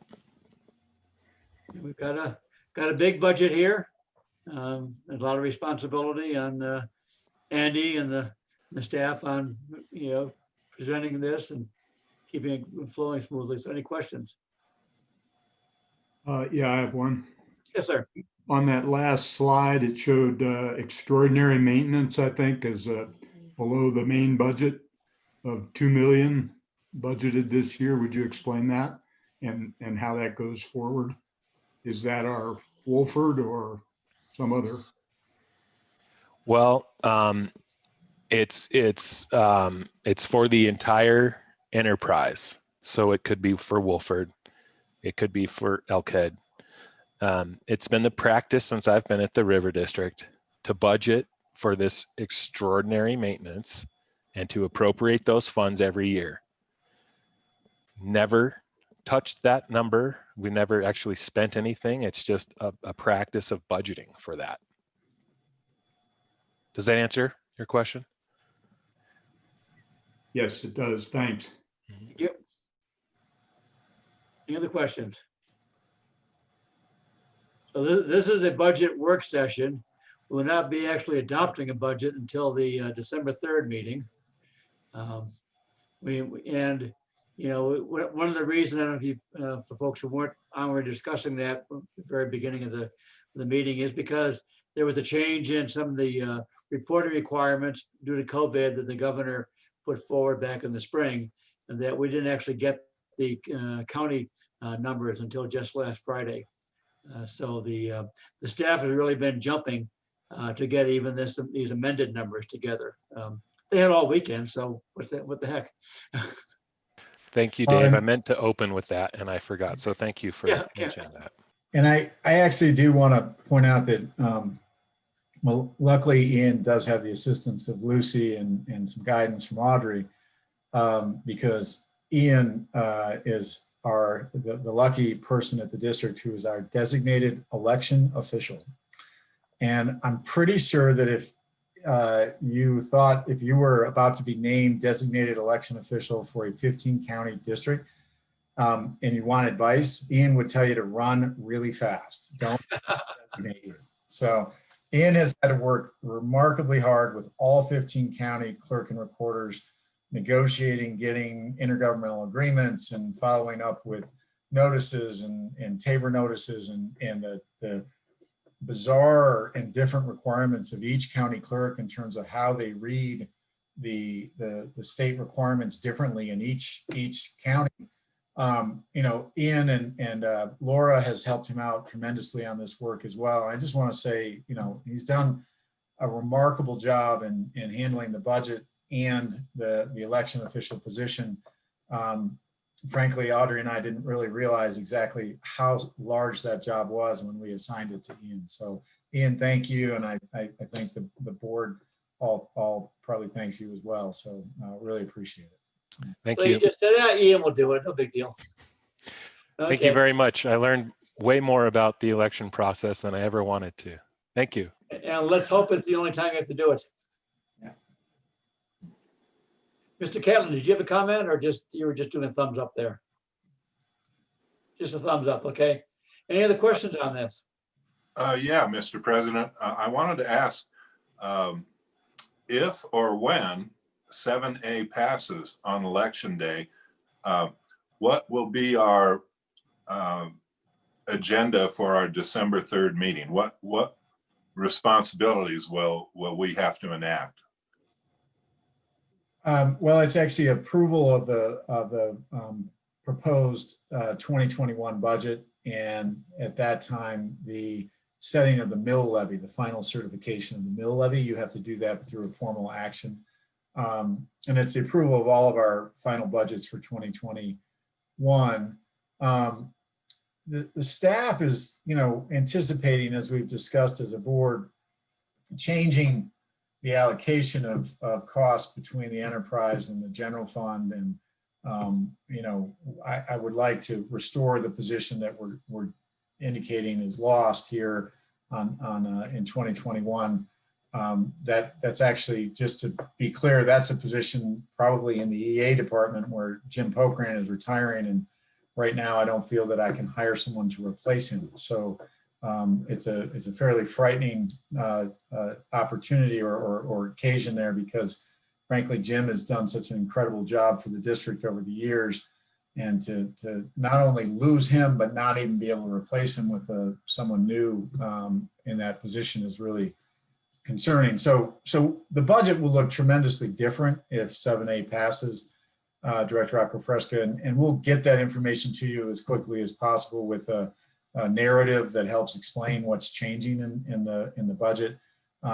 We just didn't think at this point. I guess the adage is that you don't count your chickens before they hatch, and we're not doing that. So. Good. Okay. Thank you. Any other questions? Well, thank you, Ian and Lucy and Audrey, for this good presentation and for moving the budget along and getting it in. I find it especially challenging to go through the state mill levy computational sheet. That is quite a job. You did quite a job explaining that. So thank you on that. I guess at this point, we're going to take a brief break. We're only 3 minutes behind now. So you did a great job of getting us back up to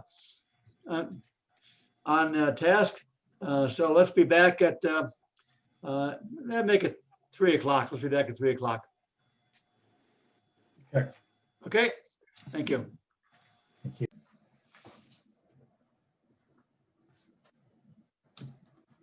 So Dave, how does your electronic gavel work if you can't see the people who are supposed to be at the meeting? It's kind of tough. I can't send the sergeant at arms out to round anybody up or anything like that. Folks are lighting up, and we look like we're getting here close to a quorum, at least the ones that are lit. So it is 3 o'clock, and I think we're ready to move into external affairs. Who's going to open with this, Mr. Mueller? Well, I believe the external affairs team is all here. Just want to make sure everybody's familiar with the team again. We have Alicia Frederick, Jim Pokrant, Zane Kessler, and our water communications fellow, Eleanor Hassenbeck. So the team is all here. They're all have their cameras on, and I'll turn it over to the team. I think they've chosen the order they want to talk in. So. Okay. Who opens? He needs to take his mic off. Yeah. So I'm just going to do a quick opening. Good afternoon, directors. It's good to see everyone here in Zoom Town. Hopefully you've all had a chance to read our memo that summarized how active the EA team has been here in the third quarter of 2020. A lot of people would say that 2020 has been a challenging year for them. I think organizations also have taken it as a challenging year. But here on the EA team, 2020 has really, it's given us some challenges, but we've taken it on as more of a year of creativity for us. Somehow through these crazy times, we've managed to not only keep the audience that we already had, but we've been able to expand on that audience and continue to expand on that audience. As a reminder, at the beginning of the year, we set a few goals for this year that included increasing positive name recognition, creating engaging content, and meaningful content for our constituents. And we wanted to make sure, again, that our constituents understand the role of the River District in West Slope Water. From hearing some of the directors' updates, reading comments, and reading comments that we get after our events on our social media, I tend to think that we have been extremely successful. As a quick recap, in the third quarter, we finished our signature State of the River series. Again, that was 5 different events. One for Mesa, Yampa, the main stem of the Colorado, Summit, and Gunnison. For all 5 events, we had about 1,227 people register and 573 people attend. We facilitated 3 events from our Water with Your Lunch series. Those topics were protecting the water security of West Slope communities, what's up with hedge funds and water in the Grand Valley, and the calls that command the Colorado River. We also had our first annual seminar last year, we had our first virtual annual seminar. Last year, we had about 292 registrants for our seminar. This year, we had 532 people register. Also, October 14th, we brought back our Water with Your Lunch series. where we were able to bring on another 147 people to one of our events. I summarized that for you just as a reminder that even though we are doing these virtual events, and this time we are actually touching more people than I think we may have ever been able to touch with our messaging, and with great topics at these events. I will give you some time. I think one of the things that we are focusing on in the future as a team is how do we continue to do this kind of hybrid event with the possibility of COVID going away in 2021, and how do we continue to keep our audience engaged with us both virtually and in person? How do we bring up new topics that people may not have been interested in before, but with us, they now see an interest and a need to know about these issues? And I think my teammates and I are definitely interested in what you have to say about how some of these events have gone, if you were able to participate, things that we might be able to do in the future. And I turn to Jim, Eleanor, and Zane for any additions that I may have missed, and we can continue on with the conversation from our board members. I think you covered it very well, Alicia, and thank you for doing that. So the history of what we've done up until now is well written.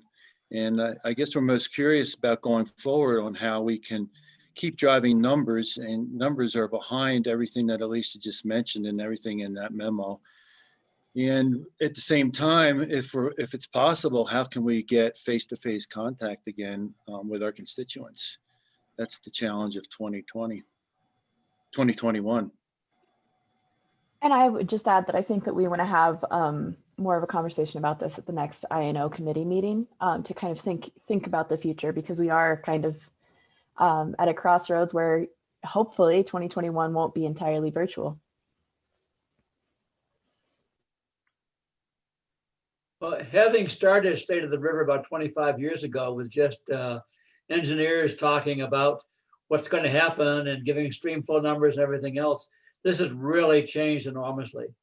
And I think I've tuned into, well, not all the State of the Rivers. I wasn't able to make all of them, but all of the other special programs that you put on, and they're very well put together. I really appreciated what was done.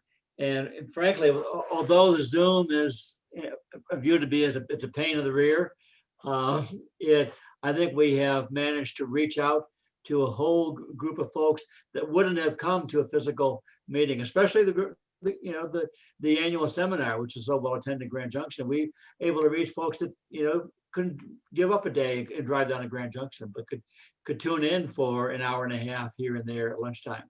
I think a challenge for you is, do you keep that going in that way, or how do you meet that demand that folks that expectation that they'll have, that you can deliver it to their office or their living room as opposed to having to go to Grand Junction. That's going to be the challenge for next year. Yeah, that's for sure. But again, how can we stay in contact with our constituents? One of the reasons that we've been so successful with Zoom is that we've built up our brand, and our brand is our people, not just our subject matter. So when we said we were going to do something, people knew it was Colorado River District. They knew who we were, and they knew what we were going to try to bring to them. So a lot of that was built up with all these years of face-to-face meetings, and that helped launch us into these greater numbers. But no going backwards on the Zoom. I don't think. We have to invent new ways to talk to our constituents. I would definitely agree with that. And I think we continue, when we talk about engaging with them, our social media alone, just in the month of September, we were able to reach 148,000 people with our posts. 148,000 people on Facebook alone. On Twitter, I think we had 1.62 million possible views, or people who have scrolled past our messaging and been able to see it. Whether or not they shared or engaged it, I don't have those exact numbers in front of me, but our message is being shared amongst all of our constituents and even people who are not from this area. The video. Is that discrete addresses, or is that multiple hits? That's multiple hits. Multiple hits, okay, so it could be. That's multiple hits. Okay. Still, With our it's an enormous amount of hits, yeah. with our video on Facebook alone, 26,975 views. That's on Facebook alone. Our YouTube channel, I think it's got over just 9,000. Our main video just have 9,000 views. That's not including all of our segmented videos or our smaller cuts of the video that have been shared. So we are definitely getting our name out there via social media and our online presence. And I think people are going to continue to look for us there. Our newsletter, we have over 5,000 subscribers to our newsletter. So people are wanting to get information from us. We are still very valuable to our constituents. Yeah, that I think all those numbers are really impressive, but just to remember, this EA team came up with the new newsletter format. And when it started, there were 62 people that the newsletter went out to in the prior form. And we're now over 5,000 people, hitting them twice a week with news. And it's not just the water wonks of the world, it's real citizens in the West who, on the West Slope, who are trying to learn about water and gather the news about it. So it's really exciting to see the people we're reaching, and this team is just doing a tremendous job. Their ability and understanding of the digital marketing world is really impressive, and I can't say enough about it. So.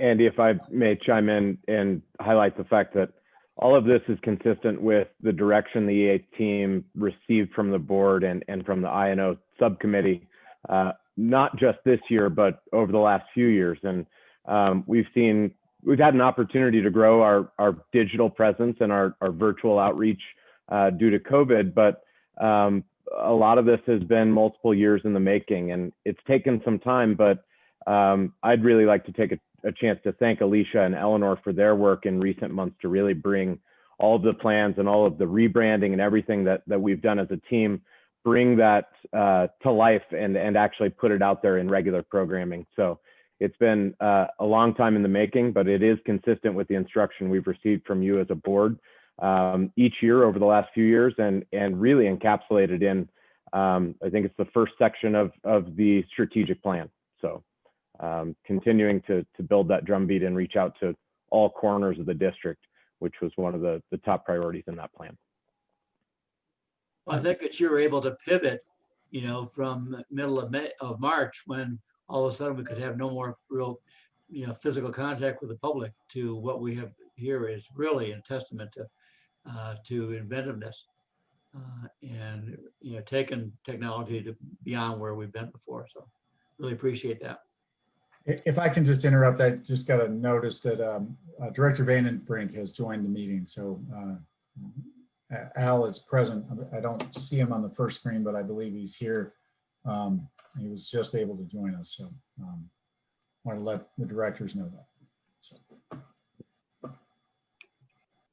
If there aren't any questions, are there any questions about the work that we're doing, work that we plan on doing in the future at this time? Any questions from folks? I don't have a question really, but I think you've done an incredible job, and those numbers are astounding.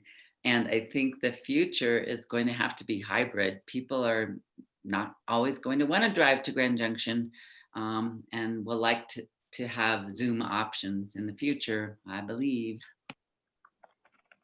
Correct. Yes, I think you're right, Director Segelmeyer. Especially if they live in Zoom towns. Yeah, and I think Bill's trying to talk to us. Director Trampy? You're muted still, sir. Mr. Trampy, you trying to speak, or? I think he is trying to speak, but he is muted. Oh, you turned his really. Yeah, well, be that way.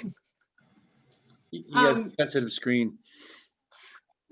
If there aren't any other comments from directors, I wanted to take just a quick second to recognize Jim as a member of our team and someone who may not be or will not be with us for much longer. It's been a tremendous honor to work with you, Jim, as a teammate. And I do not want to get emotional, but I do want to recognize your 15 and a half years here at the River District and the great person that you have been for this team. You've kept us balanced and you have managed to be a mentor to each one of us. You've been an open door. You've been such a great source of information. And I am really sad to see you leave, but I hope that we can continue to call on us and you will continue to be a part of this team in the future when we do call on you, because we will. Oh, that's very kind of you, Alicia. Thank you very much. And I just hope that the board continues to be as impressed with Eleanor, Alicia, and Zane as I've been. And you should have every confidence that moving forward, nothing's going backwards. You know, we may have to deal with our external affairs manager from time to time, but oh shit. Yeah. Yeah. Is that Dave's screen again? That's cool. So Dave, after December 31st, I'm coming for you. But anyway, yeah, the folks in place are just great and wonderful.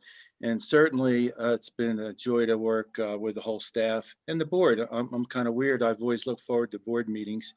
It's a great chance to see you, but also to hear us collectively engage in the issues. So I'm going to miss everybody.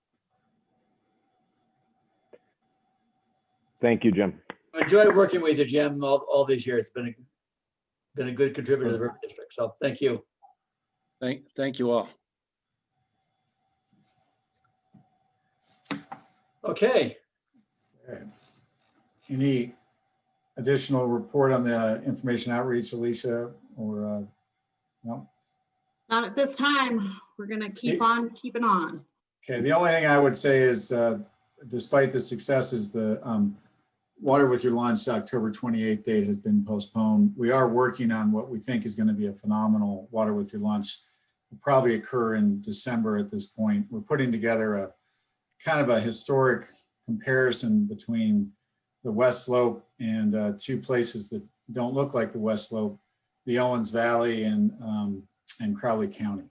And, and I think it's important to talk about why our history is different than theirs, and it's an interesting one, and one that's particularly relevant right now as we see vulture investors flying circles around the Grand Valley. So something to look forward to, and we'll get that once we line up our history professors and have the right panel on that one. But I'm pretty excited about it. The team once again is doing a really great job on that. So I would also add that we look forward to sharing next year's plan at the January INO committee meeting, and we'll solicit your input and advice on how we move forward and expand the work that we're doing. Great. Well, thank you. And the only other thing I would point out that I don't think, it's interesting. We talk about the digital media and maybe these numbers pale, but remember the news stories are read by thousands of people as well, and depending on the newspaper. But the fact that the district was mentioned in 63 news articles between July 2nd and October 1st is a pretty remarkable number given the occasional obscurity of what we do. And again, the team has really done a great job in getting that out there and present. So just want to thank them again. And then if we can, with your permission, President Merritt, we'll turn to state affairs with our government affairs director, Zane Kessler. Very good. And Zane, I understand there's been some changes in your life lately. Few changes in my life, yes. Lucy and I were happy to welcome a baby boy into this world on August the 23rd. Wyatt Emerson Bell Kessler is here, and He's a great baby boy. I couldn't be happier. And actually, he sleeps a decent amount. He just didn't happen to sleep last night. So pardon the bags under my eyes. But You got any photos to queue up? Or? I definitely have a photo on my desktop. I wouldn't be a proud father if I didn't. But I don't know if I have the ability to share my screen. It says the host is disabled, but I can send something around to the board. So definitely no shortage of cute photos of Wyatt. So he's big, happy, healthy baby boy. So that's all we could ask for. But, on the state affairs committee, I guess Lucy and I picked a good time to have a child because in the absence of interim committee hearings, it's been a very slow interim session and really a dearth of dialogue and movement on any water specific bills. We are hearing some rumblings and have had some meetings with different stakeholder groups on their priorities. The only entities that seem to be moving forward with something at this point is a handful of conservation community members are looking for ways. They have not circulated draft legislation, although they've committed to having us at the table with them. Committed to, they're seeking ways to try and legislate some incentives for the development of recreational opportunities on our rivers, whether that impacts RISIDs or whether it involves rural economic development incentives for communities on the West Slope and throughout the state to better embrace their river corridors. I do not know, but I can commit to keeping you in the loop, and they've been kind enough to commit to us that they will keep us in the loop and at the table throughout that process. Colorado's, the second piece of legislation that I think we are likely to see is a dredge and fill permit program. The state has not, once again, has not circulated draft legislation, but the State Affairs Committee has formed a subcommittee to work on this. There's been a lot of talk and no actual writing of language at this point. But I think we can count on, if the state moves forward with something, it is going to be a piece of legislation that props up a program to regulate those state gap waters that are no longer covered under the new 2020 federal WOTUS rule. So we're keeping an eye on that, and we'll keep you abreast of any developments there. CWCB is initiating a rulemaking. They've filed formal notice regarding that upcoming hearing that will propose revisions to the rules concerning the state's in-stream flow and natural lake level program. The revisions to the in-stream flow rules will primarily address the rulemaking requirements from House Bill 2011-57. That was Representative Roberts' in-stream flow loan program expansion bill. But it will also update references to the CWCB's website, and as well as references to the Colorado Parks and Wildlife instead of DOW. Beyond that, there is an anti-speculation work group that has been formed as required by Senate Bill 48 last year, thanks to Representative Catlin, as well as Representative Roberts and Senators Donovan and Coram for pulling that together. With their help and with the help of our friends at the Department of Natural Resources, we've been able to make sure that we have good representation from the West Slope. Peter Fleming, our own Peter Fleming, will be on that panel. A list of the complete panel members is included in your state affairs memo.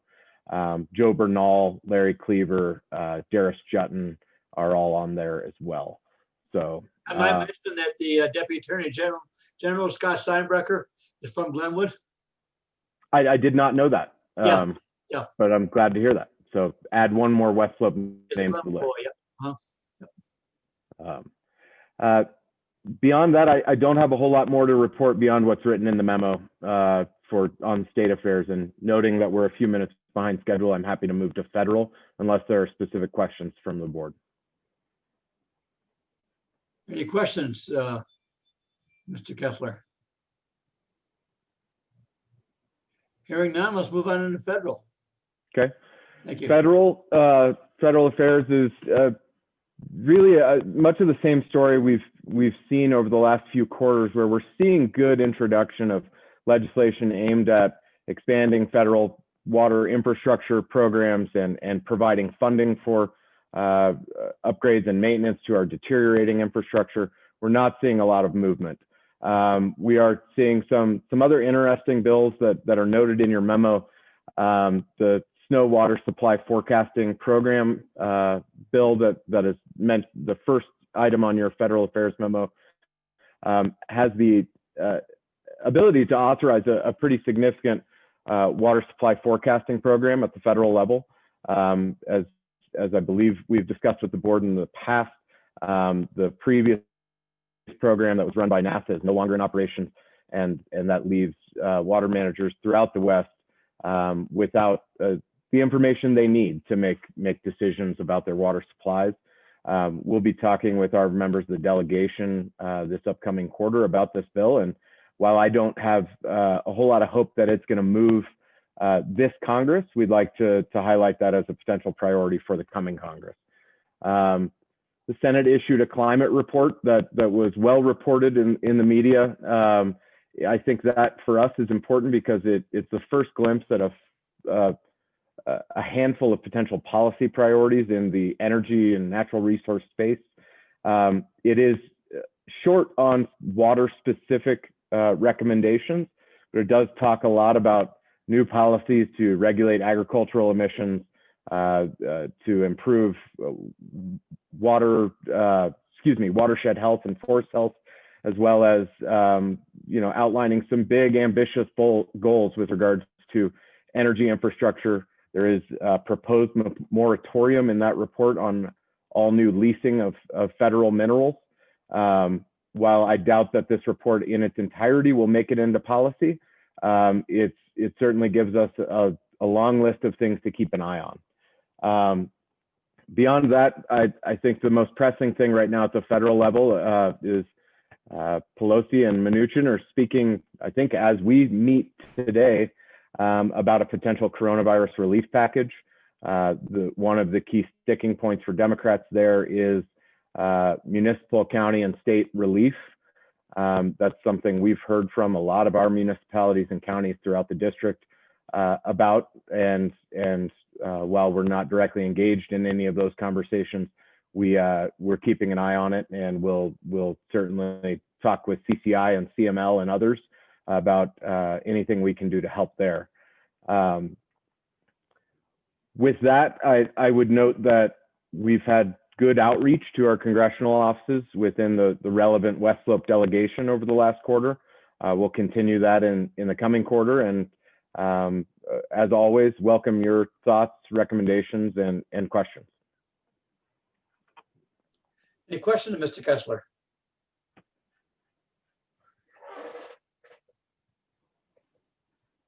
None?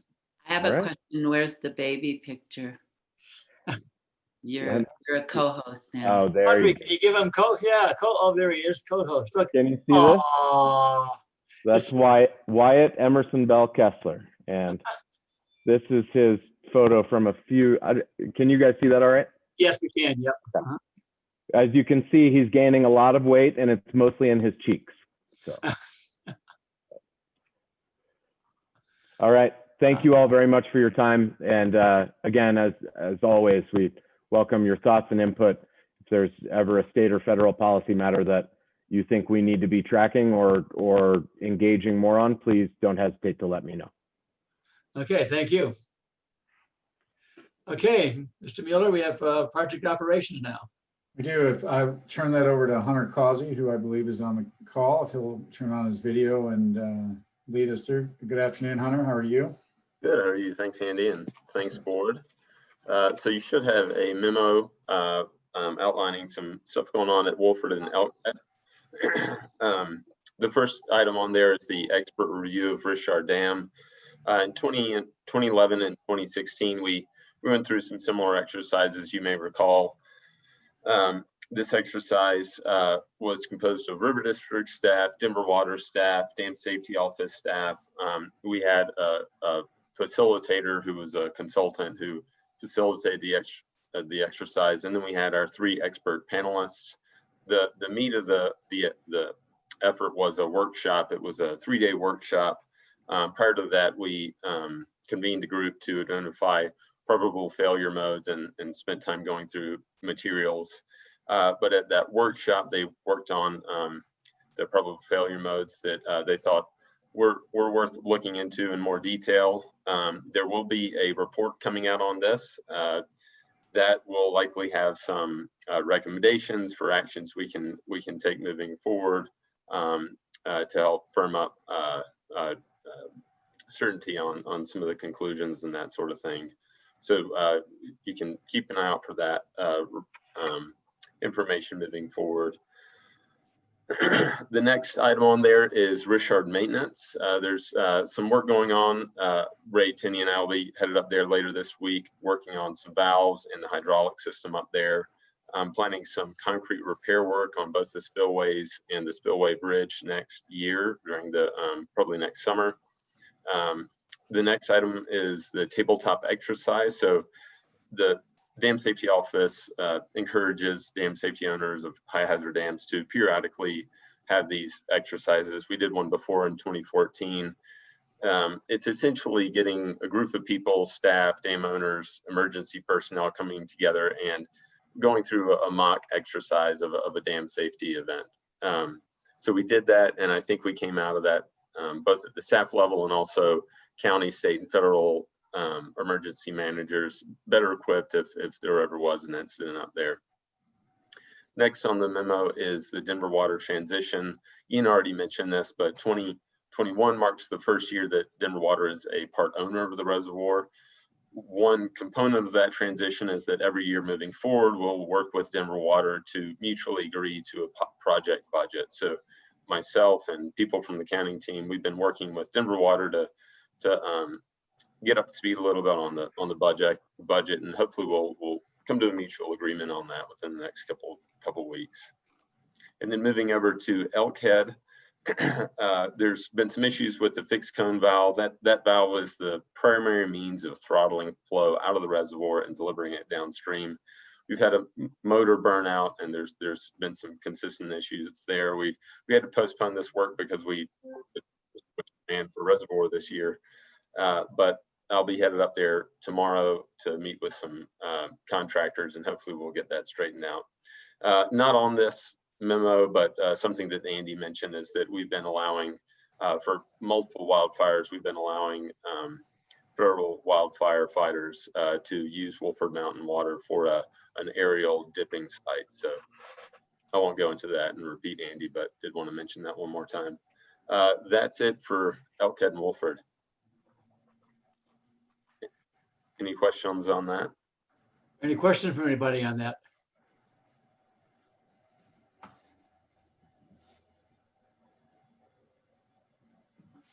All right.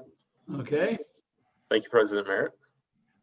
We have one more item on this agenda, Mr. Mueller, correct? We do. I think the only, well, we have a couple other items, but we'll be going into, I just want to cover the future meetings first. No, Eagle Park Reservoir. Talk Oh, about I'm this sorry. agenda item. Correct. Project Colorado operation. River District appointment. So I'll point this out. John Courier has been our the district's board member appointed by this board to the Eagle Park and Reservoir Company for the last several years. He is retiring effective last day in the office is the end of this month. Still will be around helping us on a number of things as we transition. But we'd like to appoint Peter, like to ask you to appoint Peter as the board representative and director to the Eagle Park and Reservoir Company, with the caveat that Peter and I have the ability to appoint and designate alternate board members in the event that Peter has a conflict. We'd like the ability just to substitute in employees as needed. So rather than name a specific alternate, we'd like just the ability to designate somebody to do that. So we have a motion to that effect? So moved, Albie. A motion by Alvy. Is there a second? Trampy. Second by Trampy. Any further discussion? Hearing none, all in favor, say aye. Aye. Aye. Aye. All opposed, nay. Okay, thank you, sir. Thank you. I thought I was in the clear until Director Alvey. Somebody came forward. Yeah, you're hoping nobody would come forward, weren't you? Peter said he wants it, but he's not sure about that. So Thank you. I think it's exciting for me. I just turning to the next meetings as we've discussed today. We have a formal budget hearing December 3rd of 2020. We've actually already posted notice of that in the appropriate newspapers. We will be in communication with you well before that date with any amendments or changes to the budget. And then for 2021, currently we only have the quarterly meetings listed for the board. It is likely, however, that we will see a budget workshop in September. It's not on there. And then, we're still clinging to the hope that by fall of next year, November of next year, we might be able to do an examination of some of the fallowing programs in the lower basin and talk to some of the other operators down there who are doing some water importing through desalinization that we think might be interesting to the board and just understanding kind of the measures to which entities are going to secure their water supply these days in the Colorado River Basin. And then we do mention the Colorado Water Congress January 2021 event. I don't think there's much chance that that's going to be in person. Don't know what they're going to do. They did a video convention. I don't know if any of you were able to attend or catch portions of that. They did charge for their video conferencing or conference. Granted, for the Water Congress, normally that's a huge source of their revenue is their conventions. Little different than REA that is free to the public with our educational mission. So just something to keep in mind. I did attend some of their their sessions, and I also actually was a presenter in one on the issue of with our Gallagher and other issues. And frankly, ours at free, we're just as good or better than theirs you paid for. Yep. So if there are no other questions, break scheduled. It says a 5. Andy, quick question. So I assume since it's not on here, the Colorado River Basin, the annual meeting that's usually in Vegas is not happening? I apologize for not mentioning that. CRUA canceled with absolutely no virtual replacement. So they didn't think it was worth time going virtual.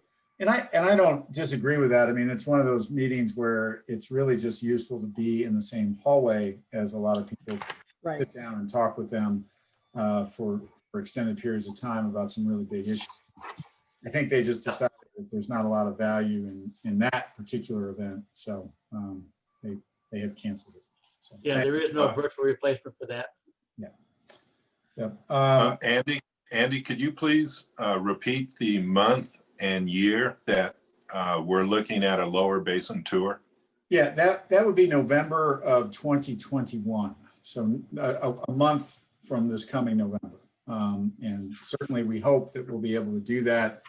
We'll begin planning in earnest in March if things are looking up. So we had made contacts because we were hoping to do that event this November, and we talked to a whole bunch of folks down in the lower basin to get that going, and we'll renew those contacts if it looks like we're headed the right direction on the pandemic. So. Thank you. Okay. I need a visa to get in California by that time. That's locked down. Yeah, good point. So the only other thing you have on your agenda today is the review in executive session of your general manager and your general counsel. We're happy to give you guys a break first, and however you want to handle that, President Merritt. And as I said, the agenda called for a 5-minute break, but Does anyone need a break at this point? We just came back from one. Anyone want a break before we get into the review?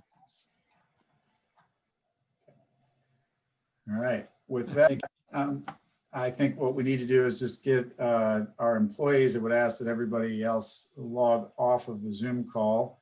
I think. We need a motion